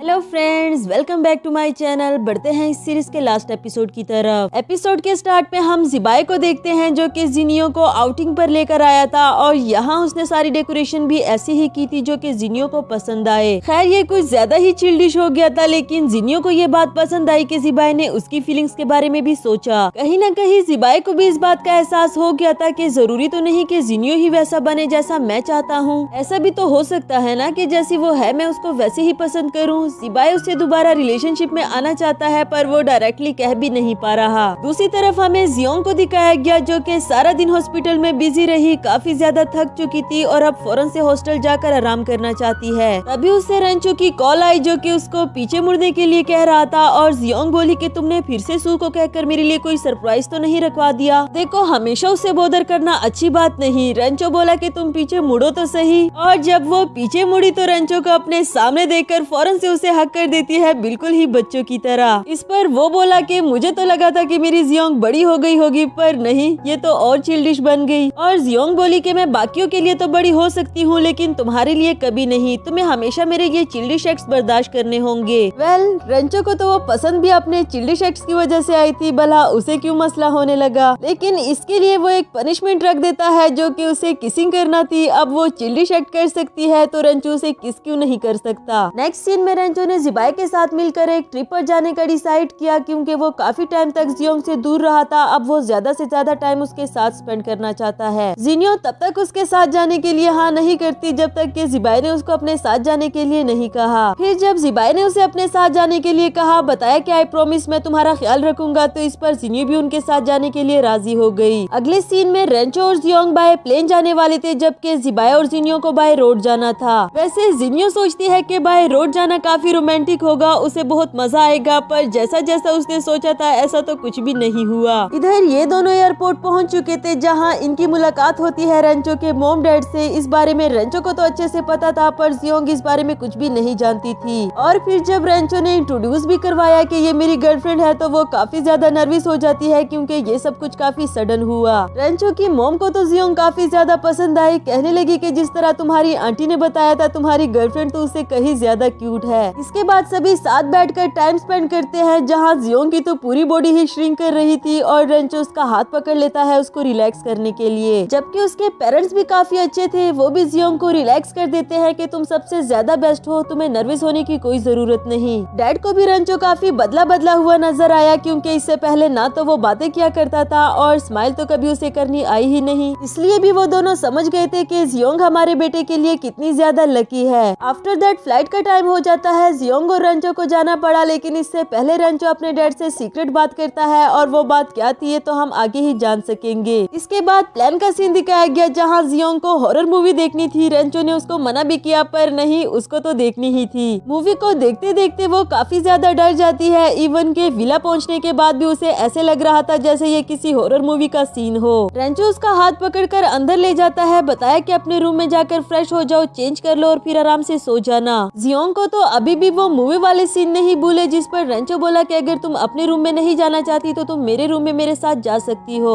उसके सामने ब्रेव बनने के लिए जियोंग अपने रूम में चली गई, पर आधी ही रात को उसे अजीब अजीब किस्म के हेलुसिनेशन होते हैं। इवन के किसी के चीखने की आवाजें भी आने लगी। ऊपर से उसको पेंडिसाइड पेन भी होने लगा। अब तो वो फौरन से रंचो के रूम में पहुंच जाती है। कहना तो नहीं चाहती थी लेकिन फिर भी उसे कहना पड़ा कि क्या आज की रात मैं तुम्हारे पास सो सकती हूँ? आई प्रोमिस मैं कुछ भी गलत नहीं करूंगी, अगर तुम कहोगे ना तो मैं नीचे फर्श पर सो जाऊंगी। जिस पर रंचो बोला कि मैं अच्छे से जानता हूँ कि मुझे अपनी गर्लफ्रेंड को कैसे ट्रीट करना चाहिए। इसके बाद दोनों को ही एक बेड पर सोना पड़ा और रंचो उसको बेड टाइम की स्टोरी भी सुनाता है, बिकॉज वो जानता था कि जियोंग को डर लग रहा है और इस तरह उसका पेंडिसाइड पेन भी खत्म हो गया। दूसरी तरफ जिबाई मुश्किल से जिनियो को यहाँ तक ले आया था। उसे इतनी नींद आई होती है कि अपने रूम में भी नहीं जाती और जिबाई के ही बेड पर सो गई। इसी वजह से तो बेचारे जिबाई को भी सोफा पर बैठकर ही सोना पड़ा। इसके बाद हमें मॉर्निंग का सीन दिखाया गया जहाँ सभी एक साथ बैठकर ब्रेकफास्ट करते हैं और रंचो को देखकर ऐसा लग रहा था जैसे वो सारी रात सोया ना हो। जिनियो तो फौरन जियोंग से पूछने लगी कि सच सच बताओ कल रात तुम दोनों के बीच में क्या हुआ था, जिस पर वो बोली कि मुझे कैसे पता होगा, मैं तो बेड पर जाते ही साथ सो गई। हमें फ्लैशबैक का सीन दिखाया जाता है जहाँ जियोंग सोते हुए बार बार खुद से ब्लैंकेट हटा देती और बेचारे रंचो को ही उठकर उस पर ओढ़ना पड़ता।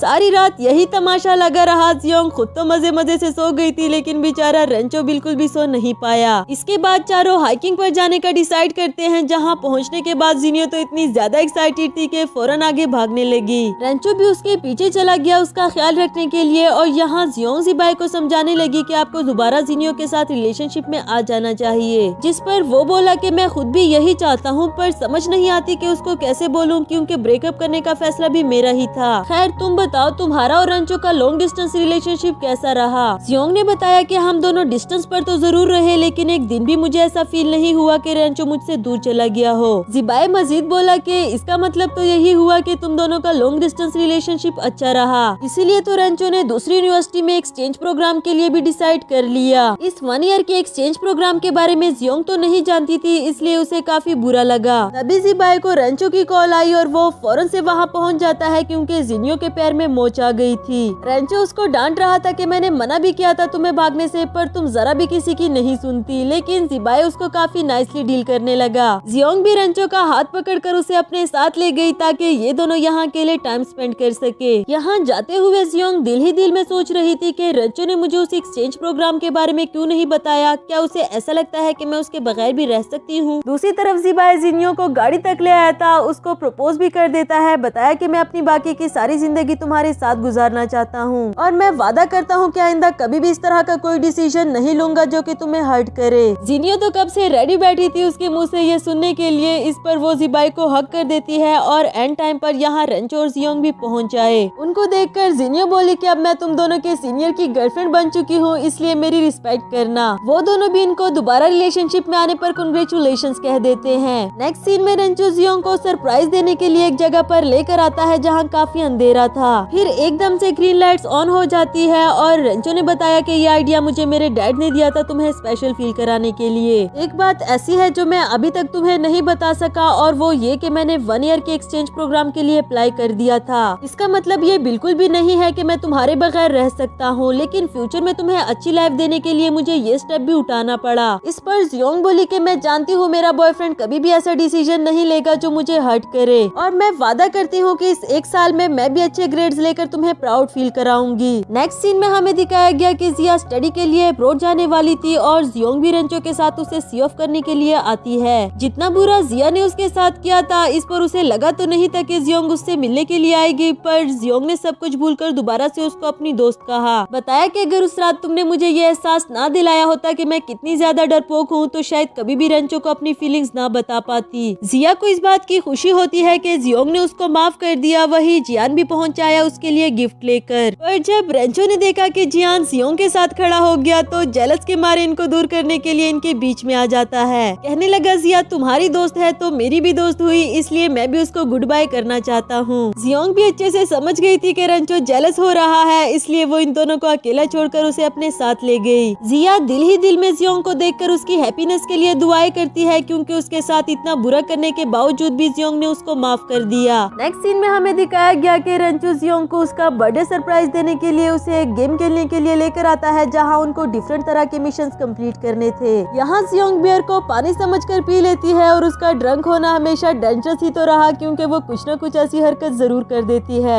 इस बार ड्रंक होने के बाद जियोंग रंचो को किसिस करने लगी जबकि रंचो खुद को उससे दूर रखता है क्योंकि वो नशे की हालत में उसका कोई भी फायदा नहीं उठाना चाहता। पर पर तभी उसे पता चला कि जियोंग ड्रंक नहीं है, बल्कि वो ड्रंक होने की एक्टिंग कर रही है सिर्फ और सिर्फ रेंचो को सताने के लिए। इस पर वो बोला कि अच्छा तो तुम मुझे सता रही थी, चलो अब तुम्हें सताने की मेरी बारी। इस तरह उन दोनों की फर्स्ट नाइट एक साथ गुजरती है। नेक्स्ट मॉर्निंग हम देखते हैं कि रेंचो को जियोंग का उसके पास होना काफी खुशी दे रहा था और फिर उसके उठने पर उसको बर्थडे विश किया। बर्थडे के साथ साथ उसके लिए एक और सरप्राइज भी था जो कि प्रपोजल रिंग थी और उसे पहना देने के बाद दोनों ही हमेशा के लिए एक रिश्ते में बंध गए। इसके बाद दोनों की लाइफ में दूरियां भी आई, अपने कैरियर पर भी फोकस किया, लेकिन कभी भी एक दूसरे को ऐसा फील नहीं हुआ कि हमारे प्यार में कमी आ गई हो। तो गाइज इसी के साथ हमारी इस सीरीज की भी हैप्पी एंडिंग होती है।